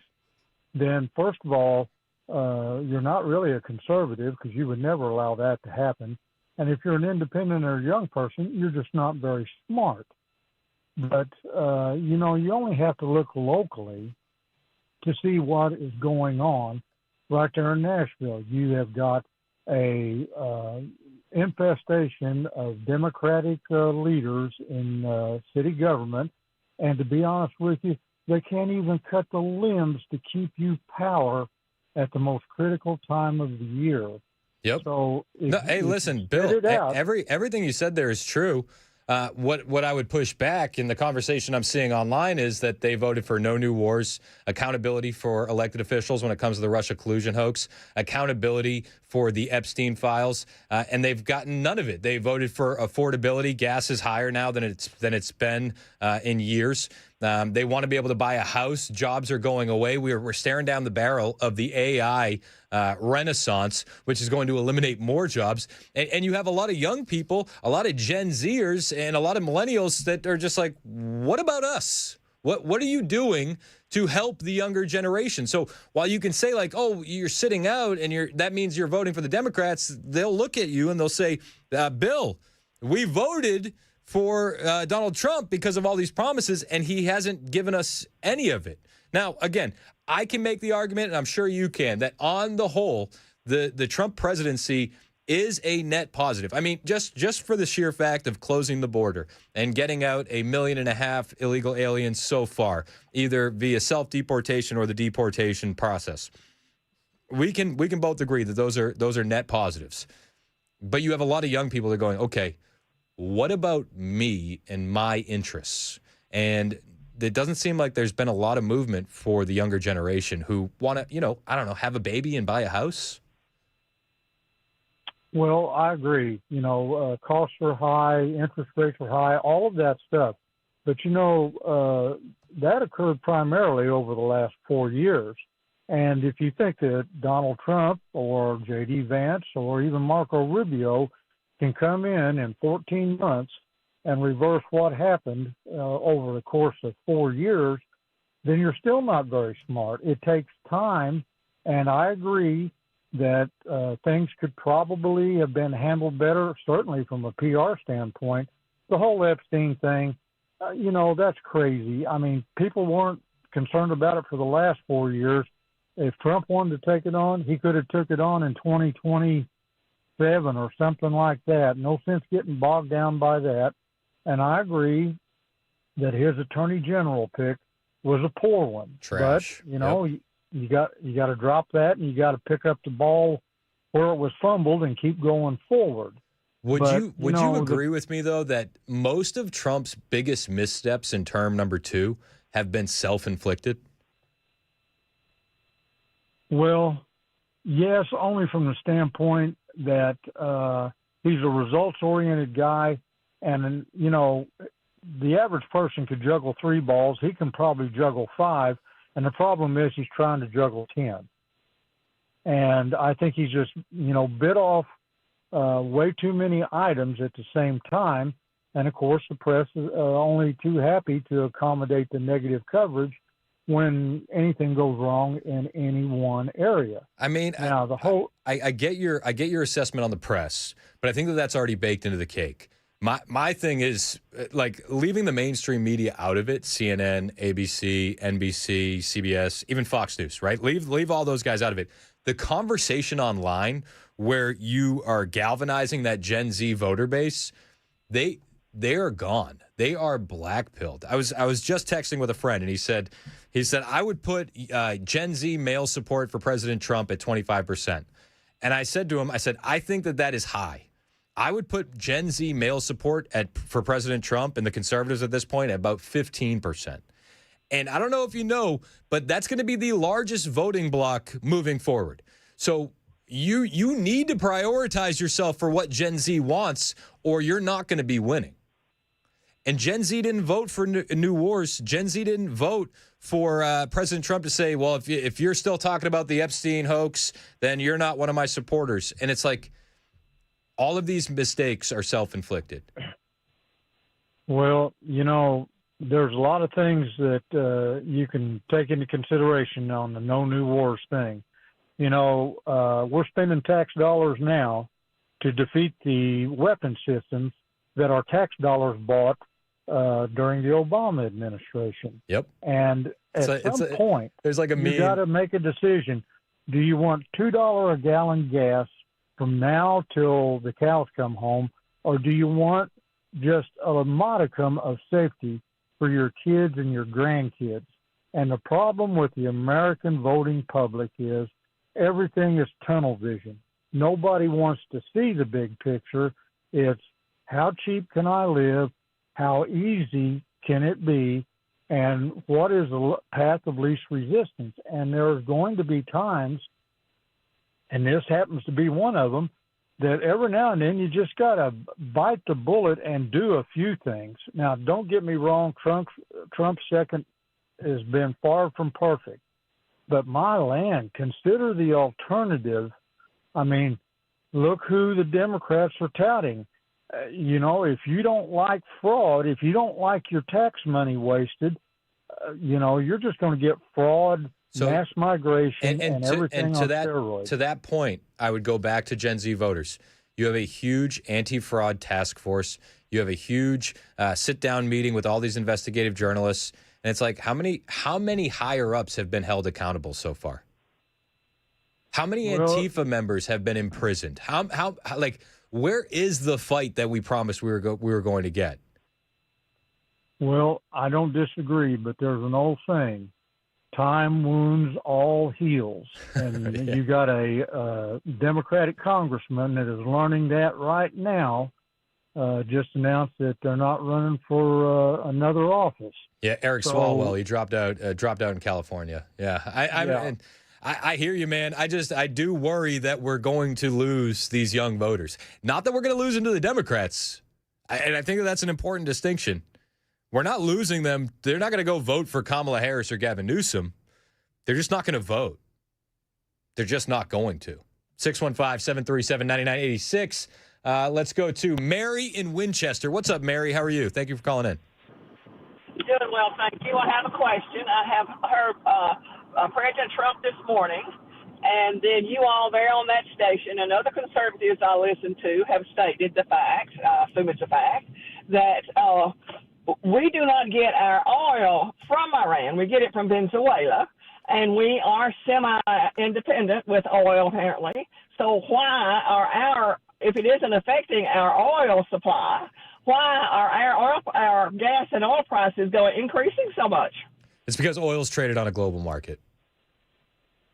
Well, that doesn't matter. It doesn't affect us. Apparently, they said it did. And President Trump this morning said we don't get our oil from them, so it's not affecting us. He's talking about supply. He's not talking about demand there. And with the Strait of Hormuz being blockaded now, I would imagine that gas prices are going to go up even more. Let's go to Trudy in Fayetteville. What's up, Trudy? How are you?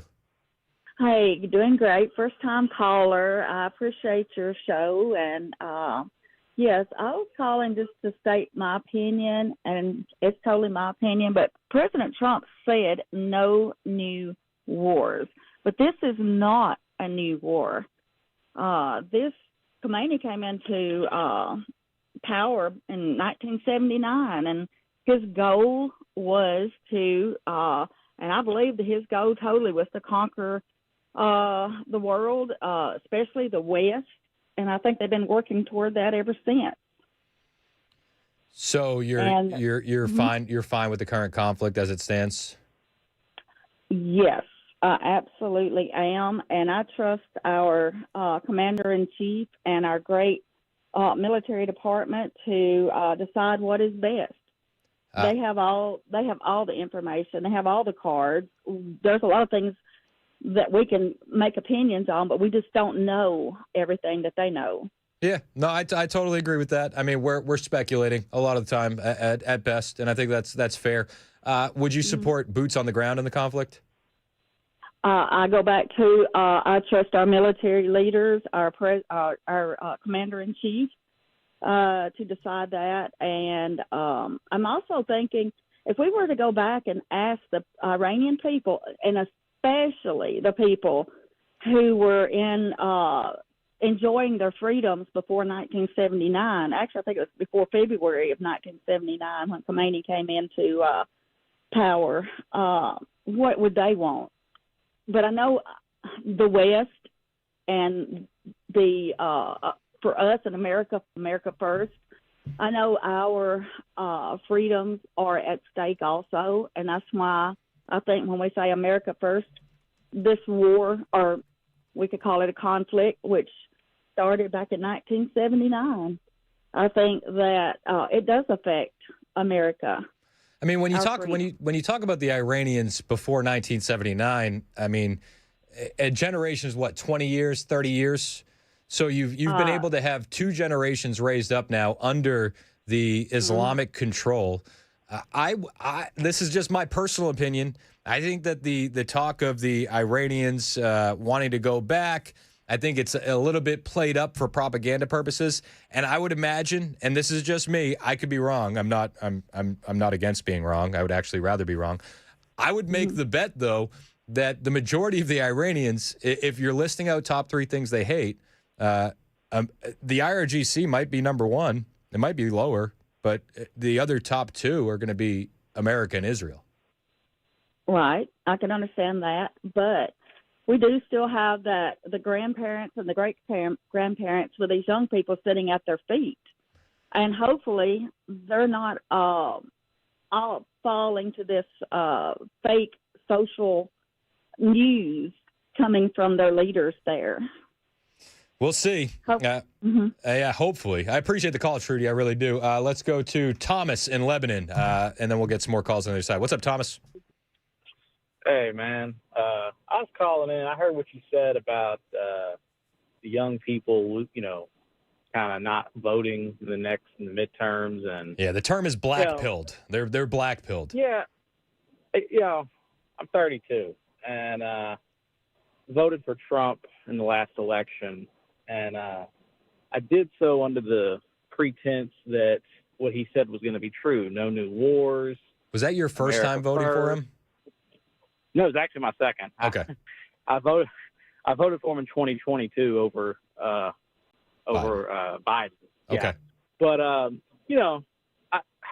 no new wars, America first, bring down prices, and to me, I've gotten the complete opposite of everything he said, minus closing the border and some other things, which they're good things. But I know, but it's almost like the closing of the border happened almost too soon, where now it's like such a distant memory that like it doesn't even feel like an accomplishment. He did it so quick that it's not even at the tip of anybody's tongue. It doesn't feel like, and it was a major accomplishment, don't get me wrong, and it needed to happen.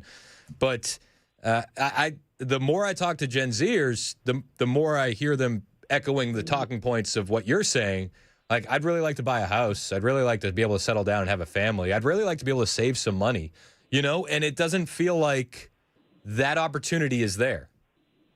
So, I feel like I got conned by him. I feel because when I look at the Republican Party right now, the likes of Lindsey Graham, I view him as a warmonger. And Trump endorsed him.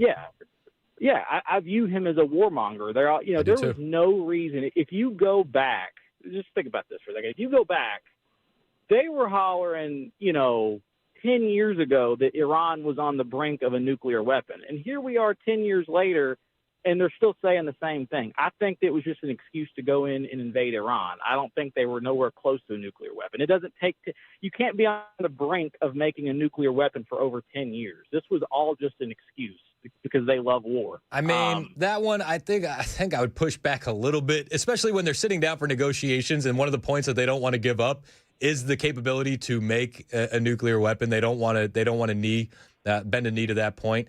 I mean, but how close? I think that we could have a more nuanced conversation. 60% enrichment. What do they need? 90% enrichment to get to weapons grade capability. I mean, they were well above the point of nuclear for energy. So I mean, there's a bit of nuance there, but I get the sentiment of where you're coming from because I think a lot of people feel that way. Well, I look back at the election and I'm thinking to myself, I could have voted for Kamala. And, how worse off would we be? Would the border be open? Yes, that's bad. Oh, we'd be way worse off. And I don't think that's even. But I'm saying in terms of prices and everything else. I mean, this world just seems like it's going to hell in a handbasket, man. Like he's done complete opposite of everything that he promised me as a voter that he would do. He got into a war immediately. We're not even 2 years in, and we're already in a big war, and the gas prices are almost higher than they were under Biden. So it's just hard for me to come this midterm election with a good if things don't change soon, go in there and still vote red down the ticket. It's hard for me to do. I don't think you're alone. Are you going to sit out midterms? I might sit out. I might vote blue. And let me just leave you with this real quick. When I vote blue, it's not because I agree with everything they say, because I think there are some sick, twisted people over there on that side. But I can't reward bad behavior, and I feel like that's what we're seeing right now is bad behavior. Self-enrichment. Like I see Trump doing things for himself and enriching himself and his family, but I don't see him. How has he improved my life any outside of closing the border? I listen. I don't think that you're alone, Thomas, and I appreciate you calling in and sharing your opinion. We'll take some more calls on the way. Jeff, Matt, John, Doug, Mike, hang on the line, guys. A lot of people calling, a lot of people holding for a long time because these conversations are good. We'll get to those conversations here in a minute on Super Talk 99.7 WTN.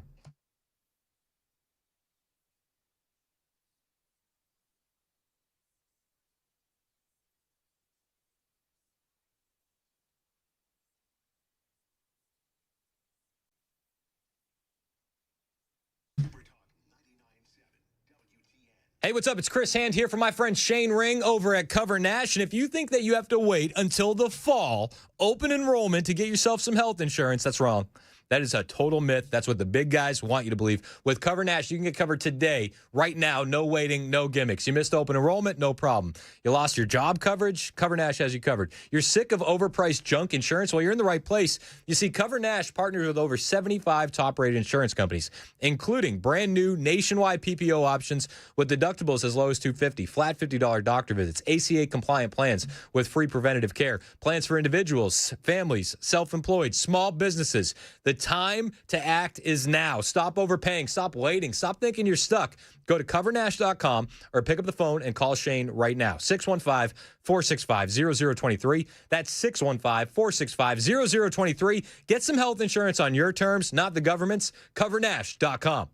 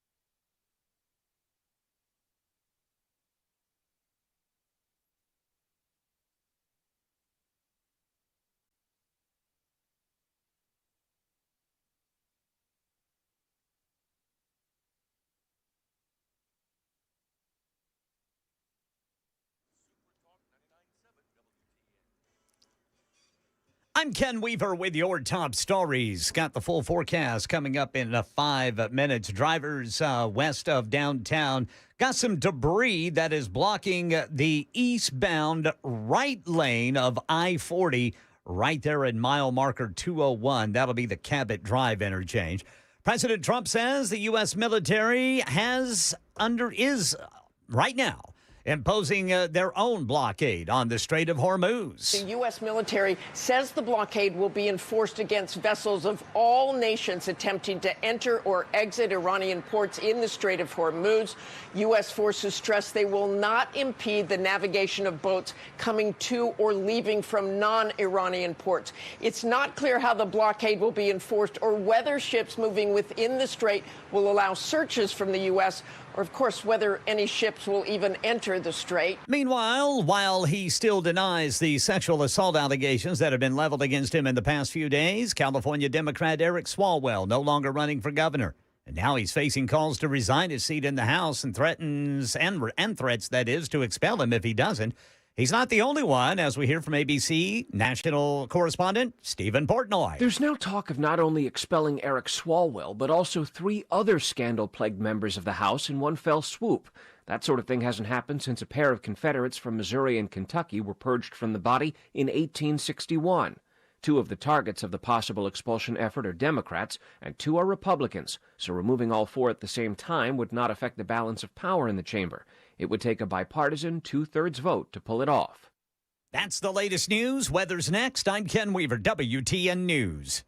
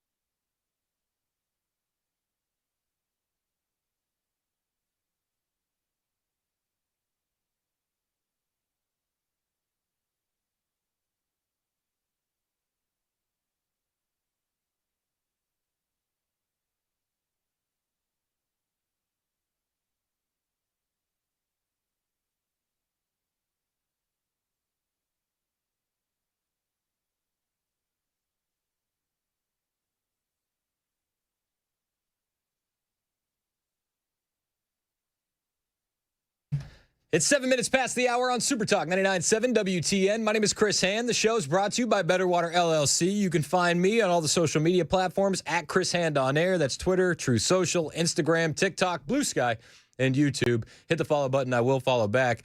I'm getting a lot of texts. A lot of people call me a Democrat. A lot of people were actually pointing out to the last caller that if you're going to vote blue because you don't want to reward bad behavior for the Democrats, that you don't want to reward bad behavior for the Republicans. You're rewarding bad behavior from the Democrats.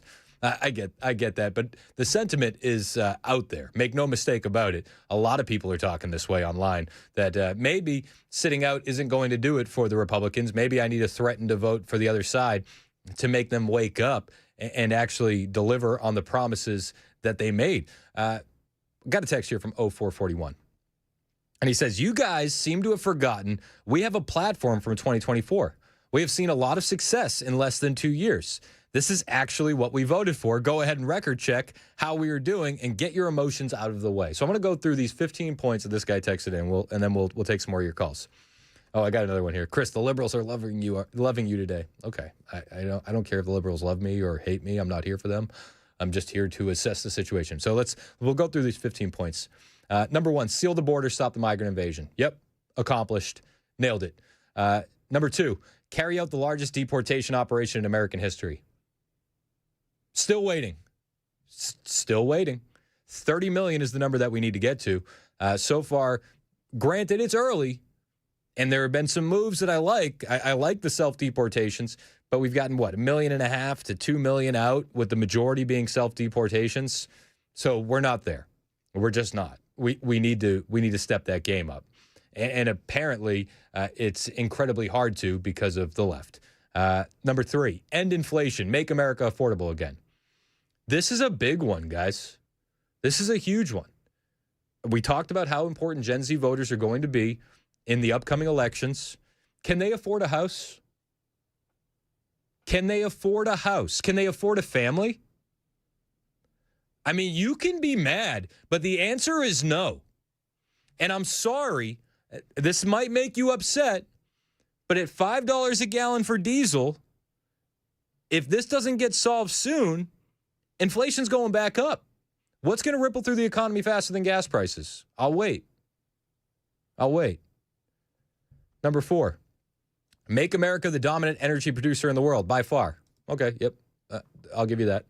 Number 5, stop outsourcing and turn the United States into a manufacturing superpower. He's done a lot of work on that, bringing in $18 trillion in investments. Let's see the fruit. We're still waiting to see the fruit. How about the stop outsourcing labor? How come we have H-1B visa holders working a counter at a 7-Eleven? Well, I'm sorry? How come we have H-1B visa holders working a counter at 7-Eleven? Number 6, large tax cuts for workers and no tax on tips. He accomplished that. He did. The no tax on tips, no tax on Social Security, no tax on overtimes. They're touting that is going to lead to a 10% increase in most tax returns, which is great. It would be better if gas was still $2 a gallon. But however much more you're going to get, if it's 10% on your tax return, it's out the window anyway. I mean, we're just being honest. Number 7, defend our Constitution, our Bill of Rights, fundamental freedoms, including free speech, freedom of religion, the right to keep and bear arms. Doing a good job there. Number 8, prevent World War III, restore peace in Europe and the Middle East, and build an Iron Dome defense shield over our entire country, all made in America. We don't have the Iron Dome yet. It's going to be the Golden Dome. Preventing World War III, the further down the road we get in this conflict with Iran, are we preventing that? Number 9, end the weaponization of the government against the American people. We're waiting to see some accountability from the people that did weaponize the government against the American people. Still waiting. Number 10, stop the migrant crime epidemic, demolish the foreign drug cartels, crush gang violence, lock up violent offenders. It's sort of doing that. Sort of. Number 11, rebuild our cities, including Washington, D.C., making them safe, clean, beautiful again. He's done it in cities where they'll cooperate. But in quite a few cities, they don't even want the federal government involved at all. They'd rather have illegal aliens gunning down their citizens, like we've seen in Chicago with Sheridan Gorman just a couple weeks ago. It's still going on. And there's no accountability coming for those Democrats who enable the sanctuary city and sanctuary state policies. They haven't seen it. Number 12, strengthen and modernize our military, making it, without question, the strongest and most powerful military in the world. He's done a good job with the military. I'm not mad at that. keep the U.S. dollar as the world's reserve currency. Done decent enough. 14, fight for and protect Social Security and Medicare with no cuts, including no changes to the retirement age. I mean, Social Security and Medicare, with the amount of illegal aliens that are on it, the lack of accountability that we've seen in some of these states, the $39 trillion in debt that we have, the jury's out. 15, cancel the electric vehicle mandate. Okay. So, I mean, that's the 15 points. You tell me what I got wrong. Let's go to Jeff in Murfreesboro. What's up, Jeff? How are you? Good. How are you? Good. What are you thinking? I just say, I didn't vote for Trump either time, and I wouldn't. But the last guy, I hope he does vote blue. But this is Trump's war. I'm tired of him blaming stuff on Biden. I mean, every time you turn around when Biden was, Biden's this or Biden's that. Or You vote Democrat? Most of the time, I voted for. So you disagree? As far as governor, I thought he was a good governor. You disagree that we had a bigger mess with Trump coming into office because of Biden's 4 years? No. The economy was fine. It's worse now. You can't afford anything worse. I mean, that Iran thing, it's Trump's war, okay? I mean, the ladies' fable, you just go back and look. The reason why the revolution happened is because the Shah had cancer and Jimmy Carter brought him over to get treatment. That's why it happened.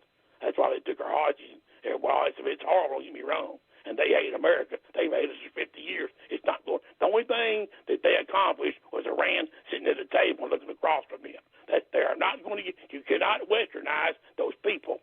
That's what we're trying to do. It's a theocracy, and you people don't.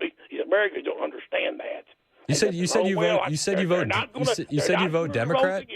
You said you vote. And I will never vote for. I wouldn't vote for Trump. He's the last man on earth. As rather Islamophobic to be such a Democrat voter. Fine. They're not going to vote against their people. They're not going to vote. I'm sorry. All right. Hey, I appreciate the call, Jeff. Let's go to Matt in Fairview. Matt, thanks for holding. What's up, man? Yeah, Chris. Keep it up, brother. Look, you got to back off of Trump. The 17-point text was great. The guy did what he said he was going to do. He shut the border down. He's getting rid of the ones that are here by, ICE evictions, and now the Democrats are voting against that. He took a good run at birthright citizenship. That needs to be fixed for sure. And now the terrorist supporting country that chants death to America, he's one guy that stands up and is taking it to him. Everybody else is looking for ways around it. Dude, no, stand up and take it to them. And they don't need boots on the ground. We need to choke off their money, which he's doing right now. But leave them alone, back them, and keep going forward. All right, keep it up, buddy. Hey, real quick, when does this end? What? When does this end? When we break them. When they choke off the oil that they're making money off of, and they don't survive anymore. There you go. Let it take a year. That's okay. I'll pay $5 a gallon for gas. But you're willing to trade a conflict with Iran for a year for $5 a gallon gas and a Democrat midterm victory? Yep. To get rid of them. Yep. So get rid of the Muslims that have killed. But that gives us a lame duck. That gives us a lame duck presidency for 2 years, and then it's going to give us impeachments. It's going to give us criminal charges, and it could give the Democrats a path to win in 2028. That's a fair trade-off for you. So they could pass another inflation. What was that called? Inflation reduction bill. Yeah. Chris, people learned their lesson under Biden. I'm telling you, man, if you're paying attention to young Americans and Gen Z voters, they are so turned off by this whole situation. Do you know how soft Gen Z is? Gen Z, they can't even mow their own fucking, excuse me. You hit the dump button. They can't even mow their own grass. You got to hit the dump button. Listen, yeah. I think that you are far too soft. I mean, far too hard on Gen Z. I know a lot of Gen Zers, and they're good kids. And they came out in force for President Trump in 2024. And I think that when you're just going to discount the soon to be the largest voting bloc in America, you're making a calculated error, my friend. Nah, you know what? I think they'll see the truth, or one way or another, their lives will be affected by one of these illegal immigrants here, one of these terrorists that wants to kill Americans. They haven't seen it yet, bud. They weren't even born on 9/11. I mean, I disagree with you. I have two friends who had a bomb thrown at them by a Muslim terrorist who still aren't exactly happy with the current direction of the country and this administration. I know you have those good friends, but what other administration has taken a run at defeating these people? I'm just telling. I don't think that they were looking for that. They were looking for no new wars. It's not a new war, bud. It's us getting rid of the people that have killed Americans, and they want to kill more of them. Listen, I mean, I hear you. I hear you. I'm just telling you the reality of the situation on the ground. You are not going to convince Gen Z voters with this.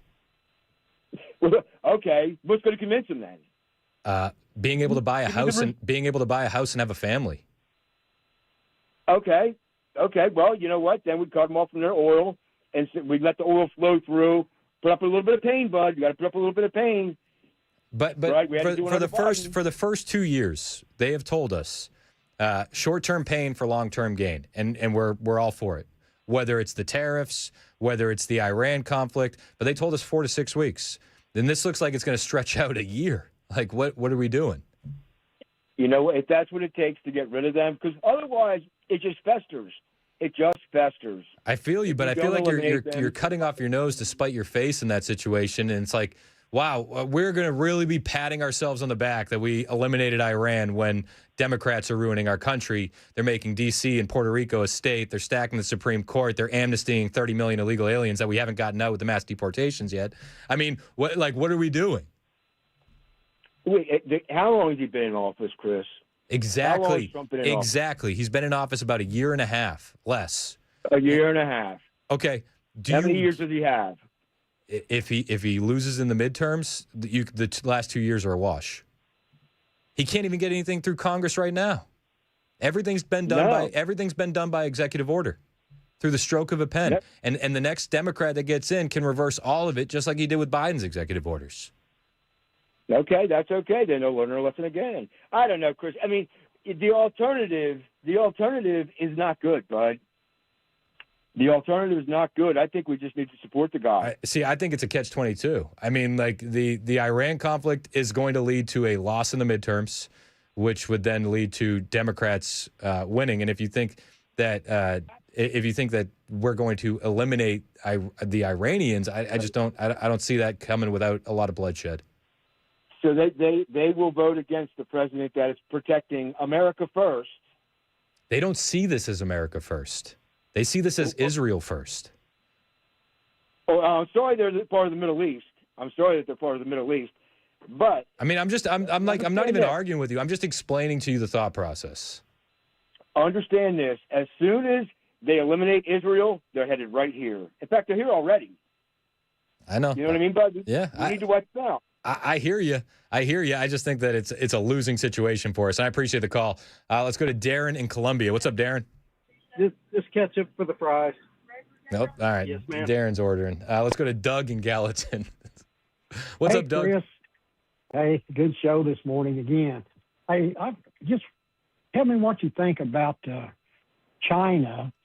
Do you think China might be the deciding factor on getting the strait opened up? Because they're not happy with Iran, and they're going to put a lot of heat on them, I think, and try to get that strait opened back up. Because, I know China don't care who they spend their money with, but I just have a feeling that they have heartburn about having to bring in one of their tankers to the Gulf of America or somewhere like that to get oil. So I just feel like China may be a deciding factor in them getting that opened up safely. Or they could go the other route and give them those shoulder missile launchers that they've been talking about, the anti-aircraft missiles. I mean, which would you prefer? Well, that's true too. I mean, I would prefer that we get the strait opened up without anything going on. But and one more thing, if you would let me.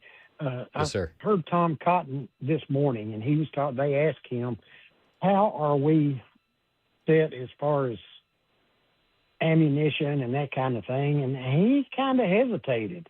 He said, "We're good for right now," and that makes me nervous because these other countries know that too. We ran through a boatload of missiles.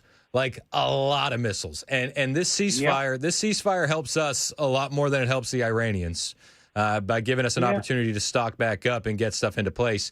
But make no mistake about it, we have gone through a lot of missiles.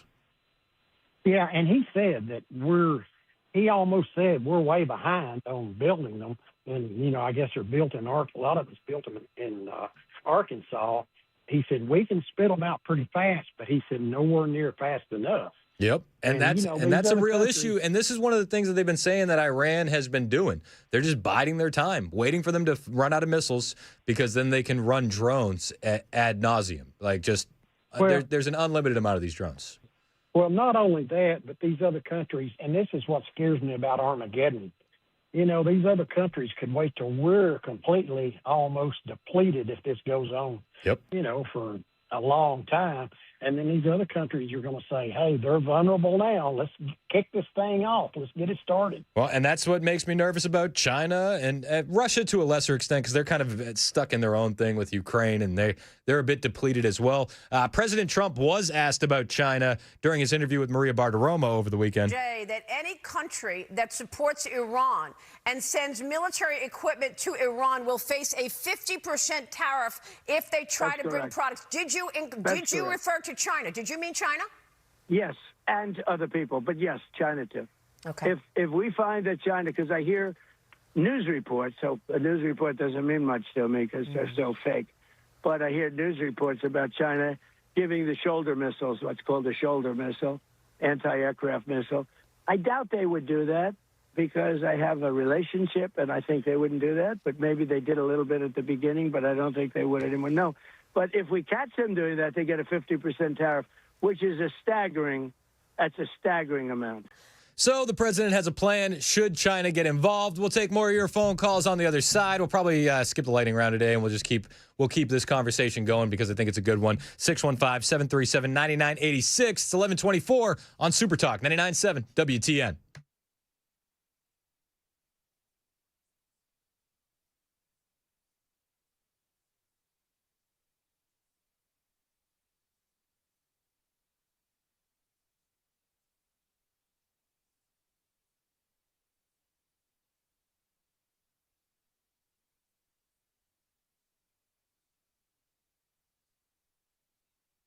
Hey, what's up? It's Chris Hand here from my friends at Parker Safes and Vaults. You hear me talking about Aaron Parker, the owner of Parker Safes and Vaults, and how this is the best veteran-owned, family-run safe and vault door business right here in Middle Tennessee. Let's be honest, a lot of us want a safe, but we've been putting it off because we got to figure out which one to buy, where to put it, and how to get it installed.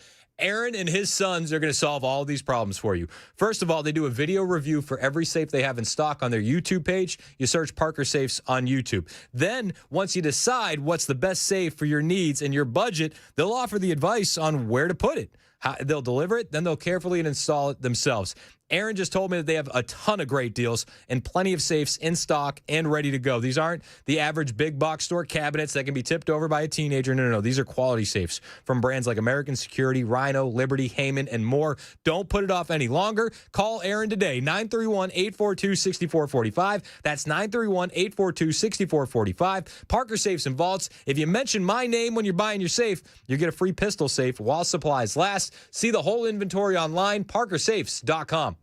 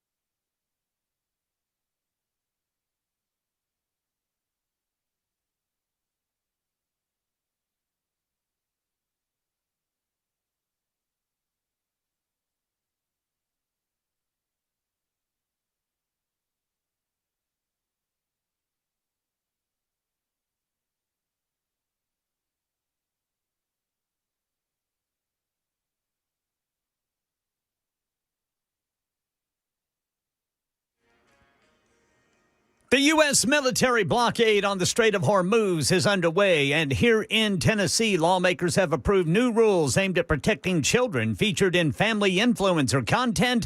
These stories and more at 11:30 on Super Talk 99.7 WTN. That's the best newsman in the business, Ken Weaver, coming up with headlines in less than a minute here on Super Talk 99.7 WTN. My name is Chris Hand.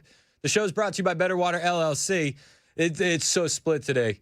Either people are like, Chris, you're on the money, keep going. Or they're like, Chris, what are you talking about? You sound like a Democrat. You sound like Neville Chamberlain. And there's a lot of older listeners in our audience, which we love. Not knocking you guys. But you have to understand where Gen Z is at. This is the largest, soon to be the largest voting bloc in the country. We need to understand where they're at, or we're going to lose elections. And if you want to keep conservatives in power, winning elections matters. 615-737-9986. Let's go to Nelson in Nashville. What's up, Nelson? Hey, Chris. I wanted to respond to all the old boomers that are calling in that are dying for war and that want blood and more bombs to fall, because I'm a 35-year-old millennial. I voted for Trump. I've worked my butt off my entire life. I have 3 kids in private school. My wife stays at home with the baby. And so we're a one-income house. I've worked my butt off my entire life for everything that I have, for the house that I bought, the cars that I bought, and everything. So it's extremely insulting to hear boomers call in and talk about how stupid young people are and stuff. I mean, they're tearing the party apart. Trump has stabbed us in the back. I'm completely black-pilled. I'll never vote again. And the boomers are making it worse. They make me sick. You know, if they didn't vote, things would probably be better the next election. Nelson. You got to pick yourself up by the bootstraps, bro. Have you reached for your boots? Nelson, up by the bootstraps my entire life. Have you been given crap? Have you even reached for the bootstraps? I'm obviously being sarcastic, and I understand exactly. I've never been given anything, and when boomers say that, it pisses me off. I've never went to college. I've been working. I'm outside working in the rain right now. It's so insulting to hear people say that we just need to get over it. That is so ridiculous. I'm so sick of that crap. This isn't what we voted for, and Trump is ruining it. He's driving the ship straight into the ground. Thank you for taking my call. Absolutely. You're not alone, Nelson, at all. There's millions of Americans that feel just like you, and there's a lot of people in this audience that are shocked to hear something like that. But if you're paying attention, this isn't that shocking. It really isn't. You are losing the younger voters. President Trump is losing the younger generation. I don't know how they recover. They're definitely not going to recover in time for midterms unless this thing is like wrapped up this week. I'm just letting you know. Uncomfortable truths, harsh realities. 11:31 Super Talk 99.7 WTN.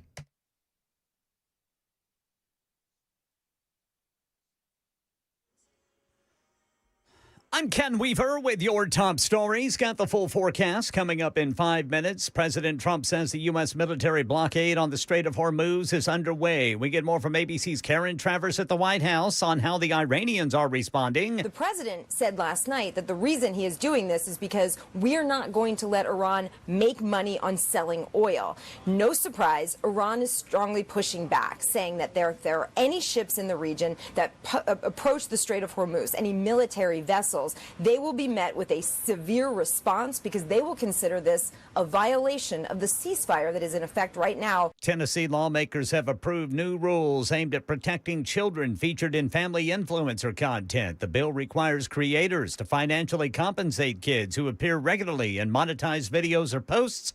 Channel 4's Braden Ross explains. Kids under 14 can't make their own money off of posting their own content online. If they appear in at least 30% of another content creator's monetized videos, for example, if they're featured prominently on their parents' account, the creator has to set aside a percentage of the profits in a trust the child can access when they turn 18. Kids ages 14 to 18 have to get all the money made from the content they post themselves. Their parents can't take any of it. And once they turn 14, kids can make creators take down videos they're in if they don't like them. Yeah, this legislation now heads to Governor Lee and would take effect July 1st if it is signed. A judge on Monday threw out Donald Trump's $10 billion lawsuit against the Wall Street Journal over its Epstein reporting. A federal judge in Florida said Trump came, quote, nowhere close to the legal standard to prove that the Wall Street Journal acted maliciously when the paper reported about an alleged letter from Trump that was included in a 50th birthday book for Jeffrey Epstein in 2003. The $10 billion defamation lawsuit was dismissed without prejudice, meaning that Trump could attempt to refile the case by the end of the month if he could provide more evidence. Peter Haralambous, ABC News. That's the latest news. Weather's next. I'm Ken Weaver, WTN News.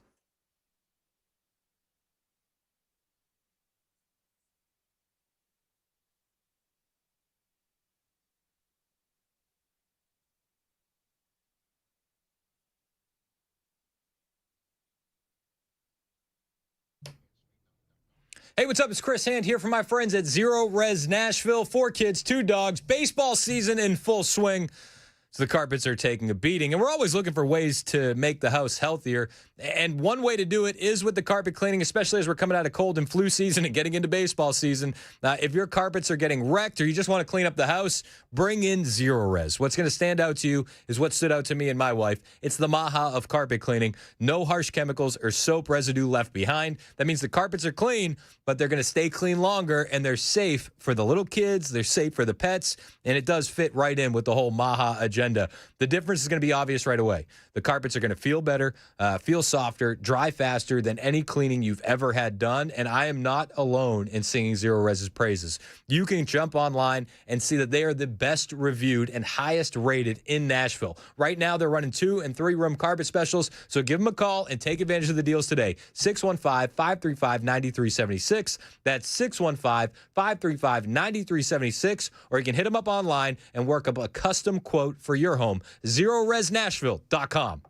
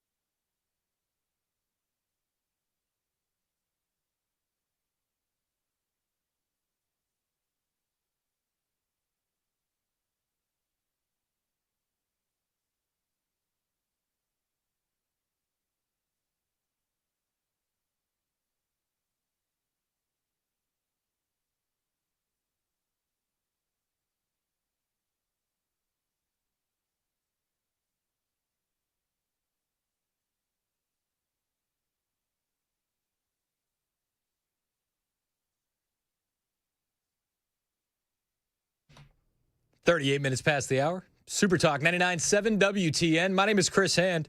Show's brought to you by Better Water LLC, water filtration systems, water softeners, betterwater.com. We had a caller a little while ago, Nelson. He struck a chord. Nelson's a millennial, and he's not exactly impressed with the pick yourself up by the bootstraps argument when he's trying to just afford life in general, and he feels like he's been stabbed in the back by President Trump. I made the case that a lot of Gen Zers think this way, and I think that this next election is going to come down to Zoomers versus Boomers, and that's what we're going to be staring down the barrel of. A lot of people want to respond to our friend Nelson, so we'll start running through the lines. Let's start with Mark in Nashville. What's up, Mark? How are you? I'm good. How are you? I'm good. What's your thoughts? Somebody needs to tell Nelson that the Boomers and the greatest generation fought and died and were inconvenienced so he could work real hard and send his kids to private school and let his wife stay home. My great-grandmother didn't get to stay at home. She was in a factory working during World War II. And but the problem with Gen Zers and millennials, they see the government should do what's best for them and not for the country at large. I mean, we need to do a better job educating Gen Zers as to why we're doing it. Trump messed up by telling everybody that everything was going to be great instantly. And if you have half a brain, you know you can't turn around an economy this size in 4 months. But we're doing the right thing. Yeah, but I think a lot of people were patient until the gas prices started exploding when we got into a conflict that a lot of Gen Zers think we have no business being in. And a lot of Gen Zers think that we're explicitly doing this for Israel. Well, that's because they're listening to idiots on YouTube and Tucker Carlson. We have been a partner with Israel for a long time. And turning our back on Israel because it's inconvenient and we have high gas prices is not a good play. But I don't think that they're necessarily turning their back on Trump because he's an ally of Israel. I think they're turning their back on Trump because they feel like he turned their back on them first. I mean, okay, this is temporary. But no, I didn't hear this uproar when gas prices did this under Biden, but so we could have the Green New Deal. I think you did. I think you did hear the uproar. I think that uproar was so loud and so thunderous that Donald Trump won every swing state. He won the popular vote, and he went in November of 2024 with an unbelievable mandate from the American public. And I think a lot of Gen Z voters and millennial voters are looking at this going, okay, with all of that energy, all of that momentum, what have you accomplished for those younger generations? And it's a lot of people are looking at it like a goose egg, Mark. Okay, but they need to call out the speculators who there's no reason why gas prices should be a penny more than what it was before this started. Because not a drop of the oil being sold is anywhere near our gas stations, nor will it be in the next year. Yeah, I mean, I get you. I mean, we've gone over that a million times. It's traded on a global market. My last point is this, and I'll go. We need to do a better job of educating, and I have 2 Gen Z daughters. We need to do a better job of educating them why we're doing this, what the long-term effect would be if we didn't do it. Their kids are going to be his kids. I don't know if they're males, but there's a good chance they're going to be fighting a world war if we didn't do this.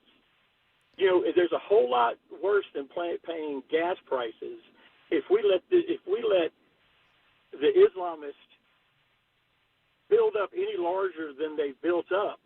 It's going to be a lot worse.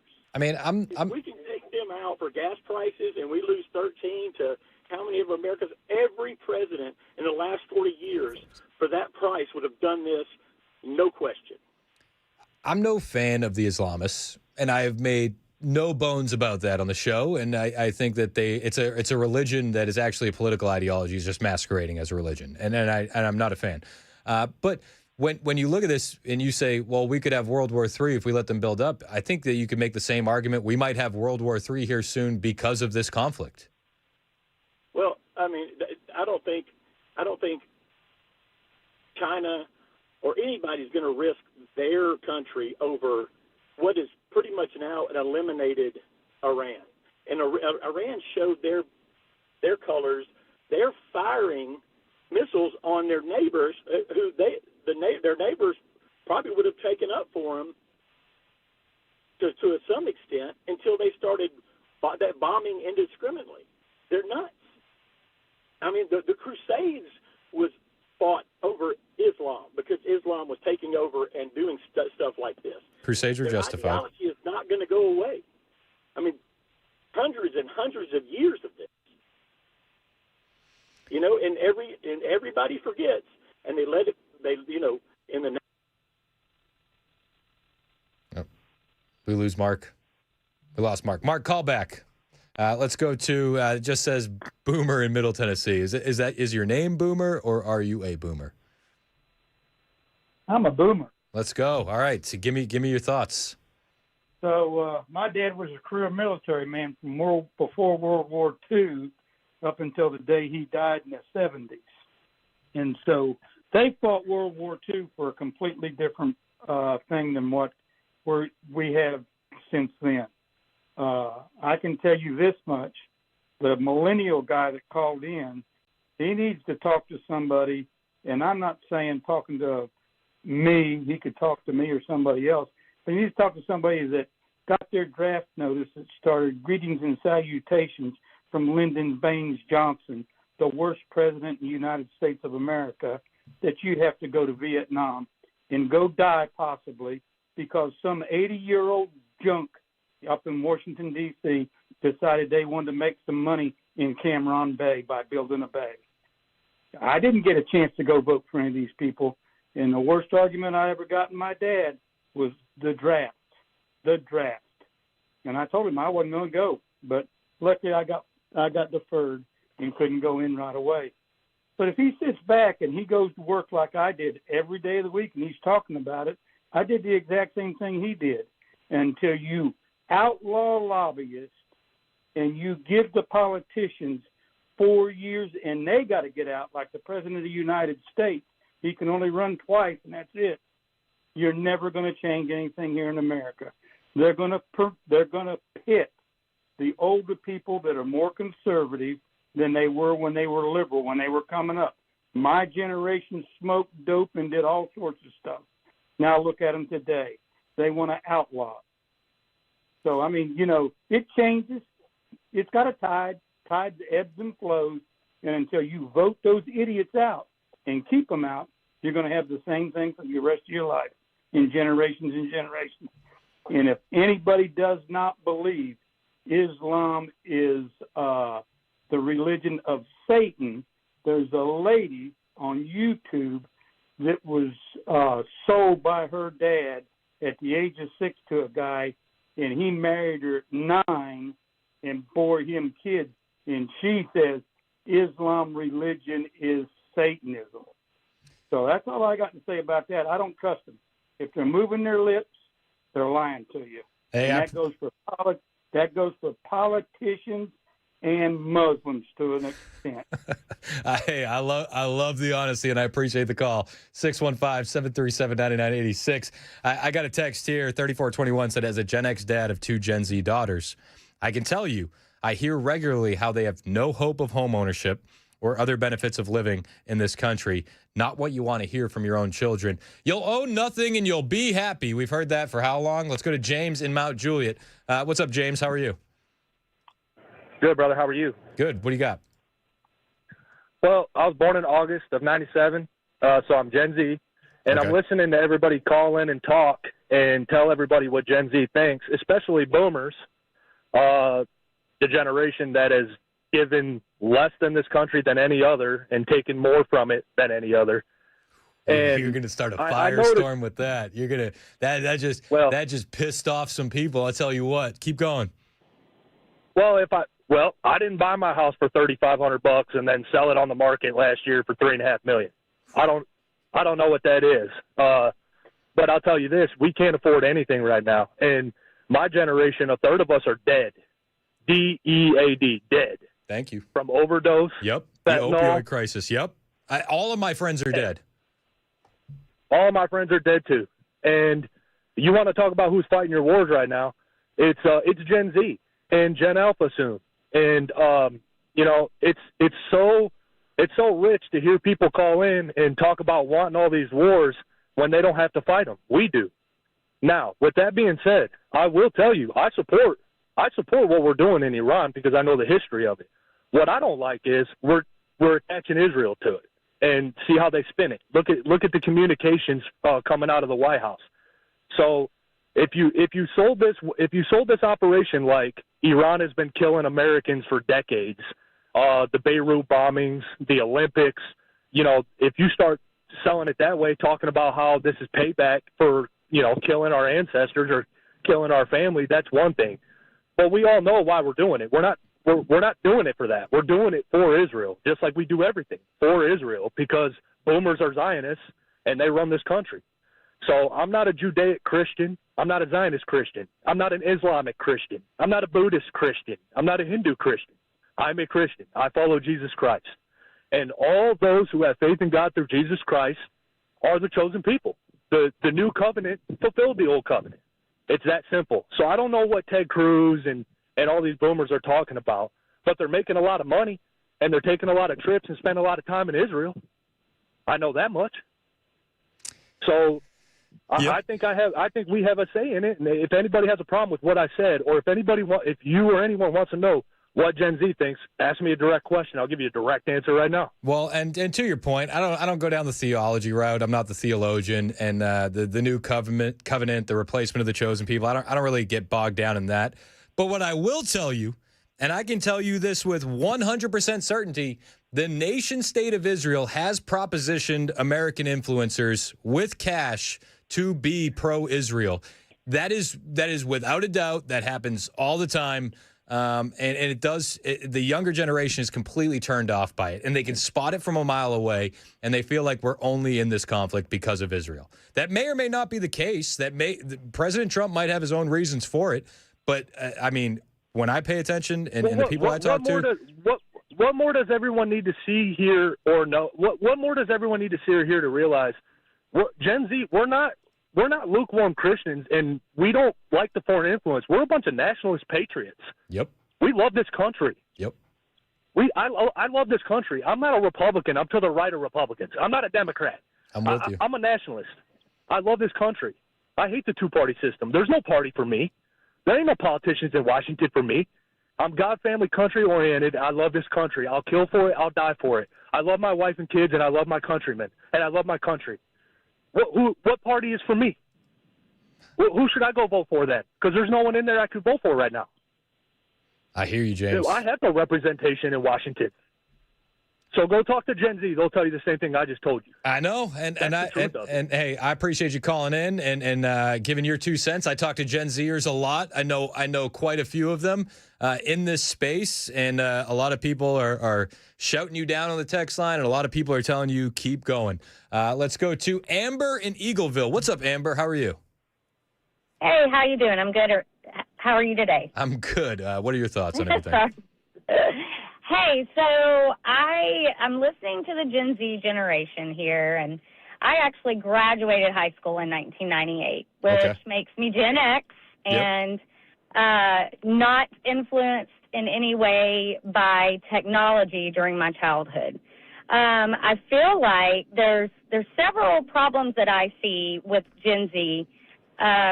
Number one being an entitlement.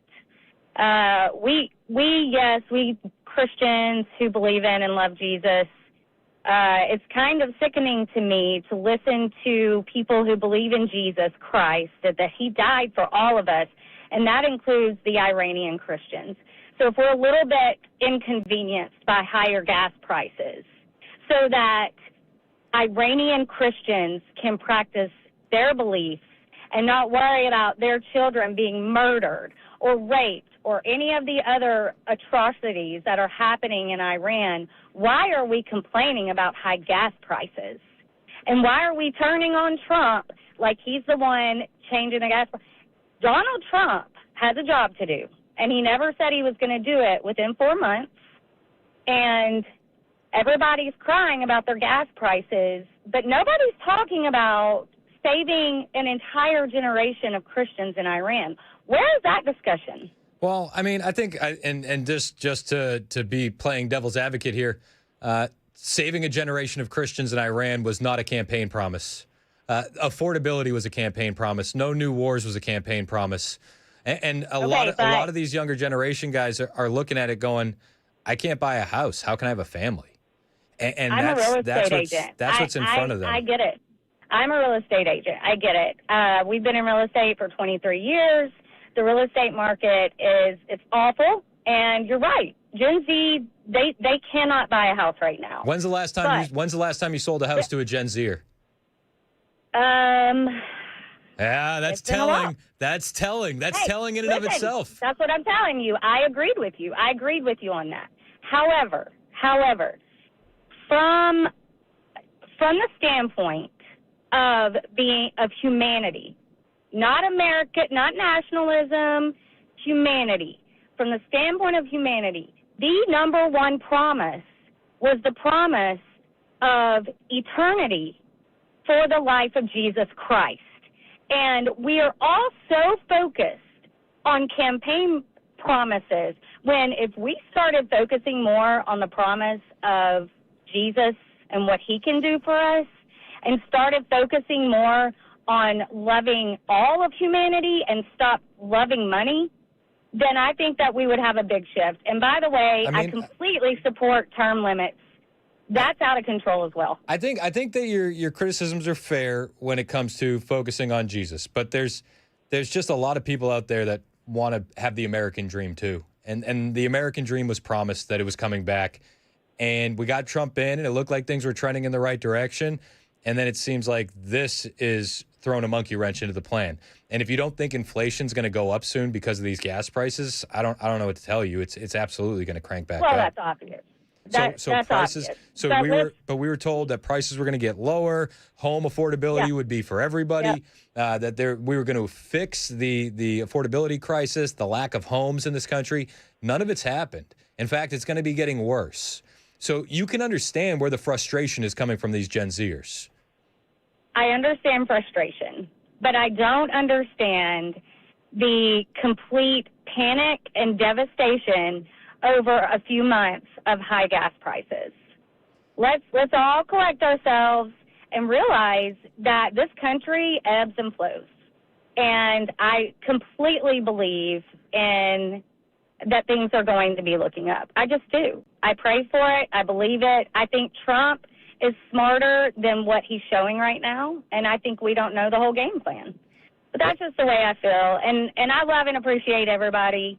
But main thing is, I think everybody needs to pray for our country. Amen. Hey, Amber, I do appreciate your call. I love your optimism. I think it's a little infectious, and we'll leave it there on a high note. It's 11:57. This is Super Talk 99.7 WTN.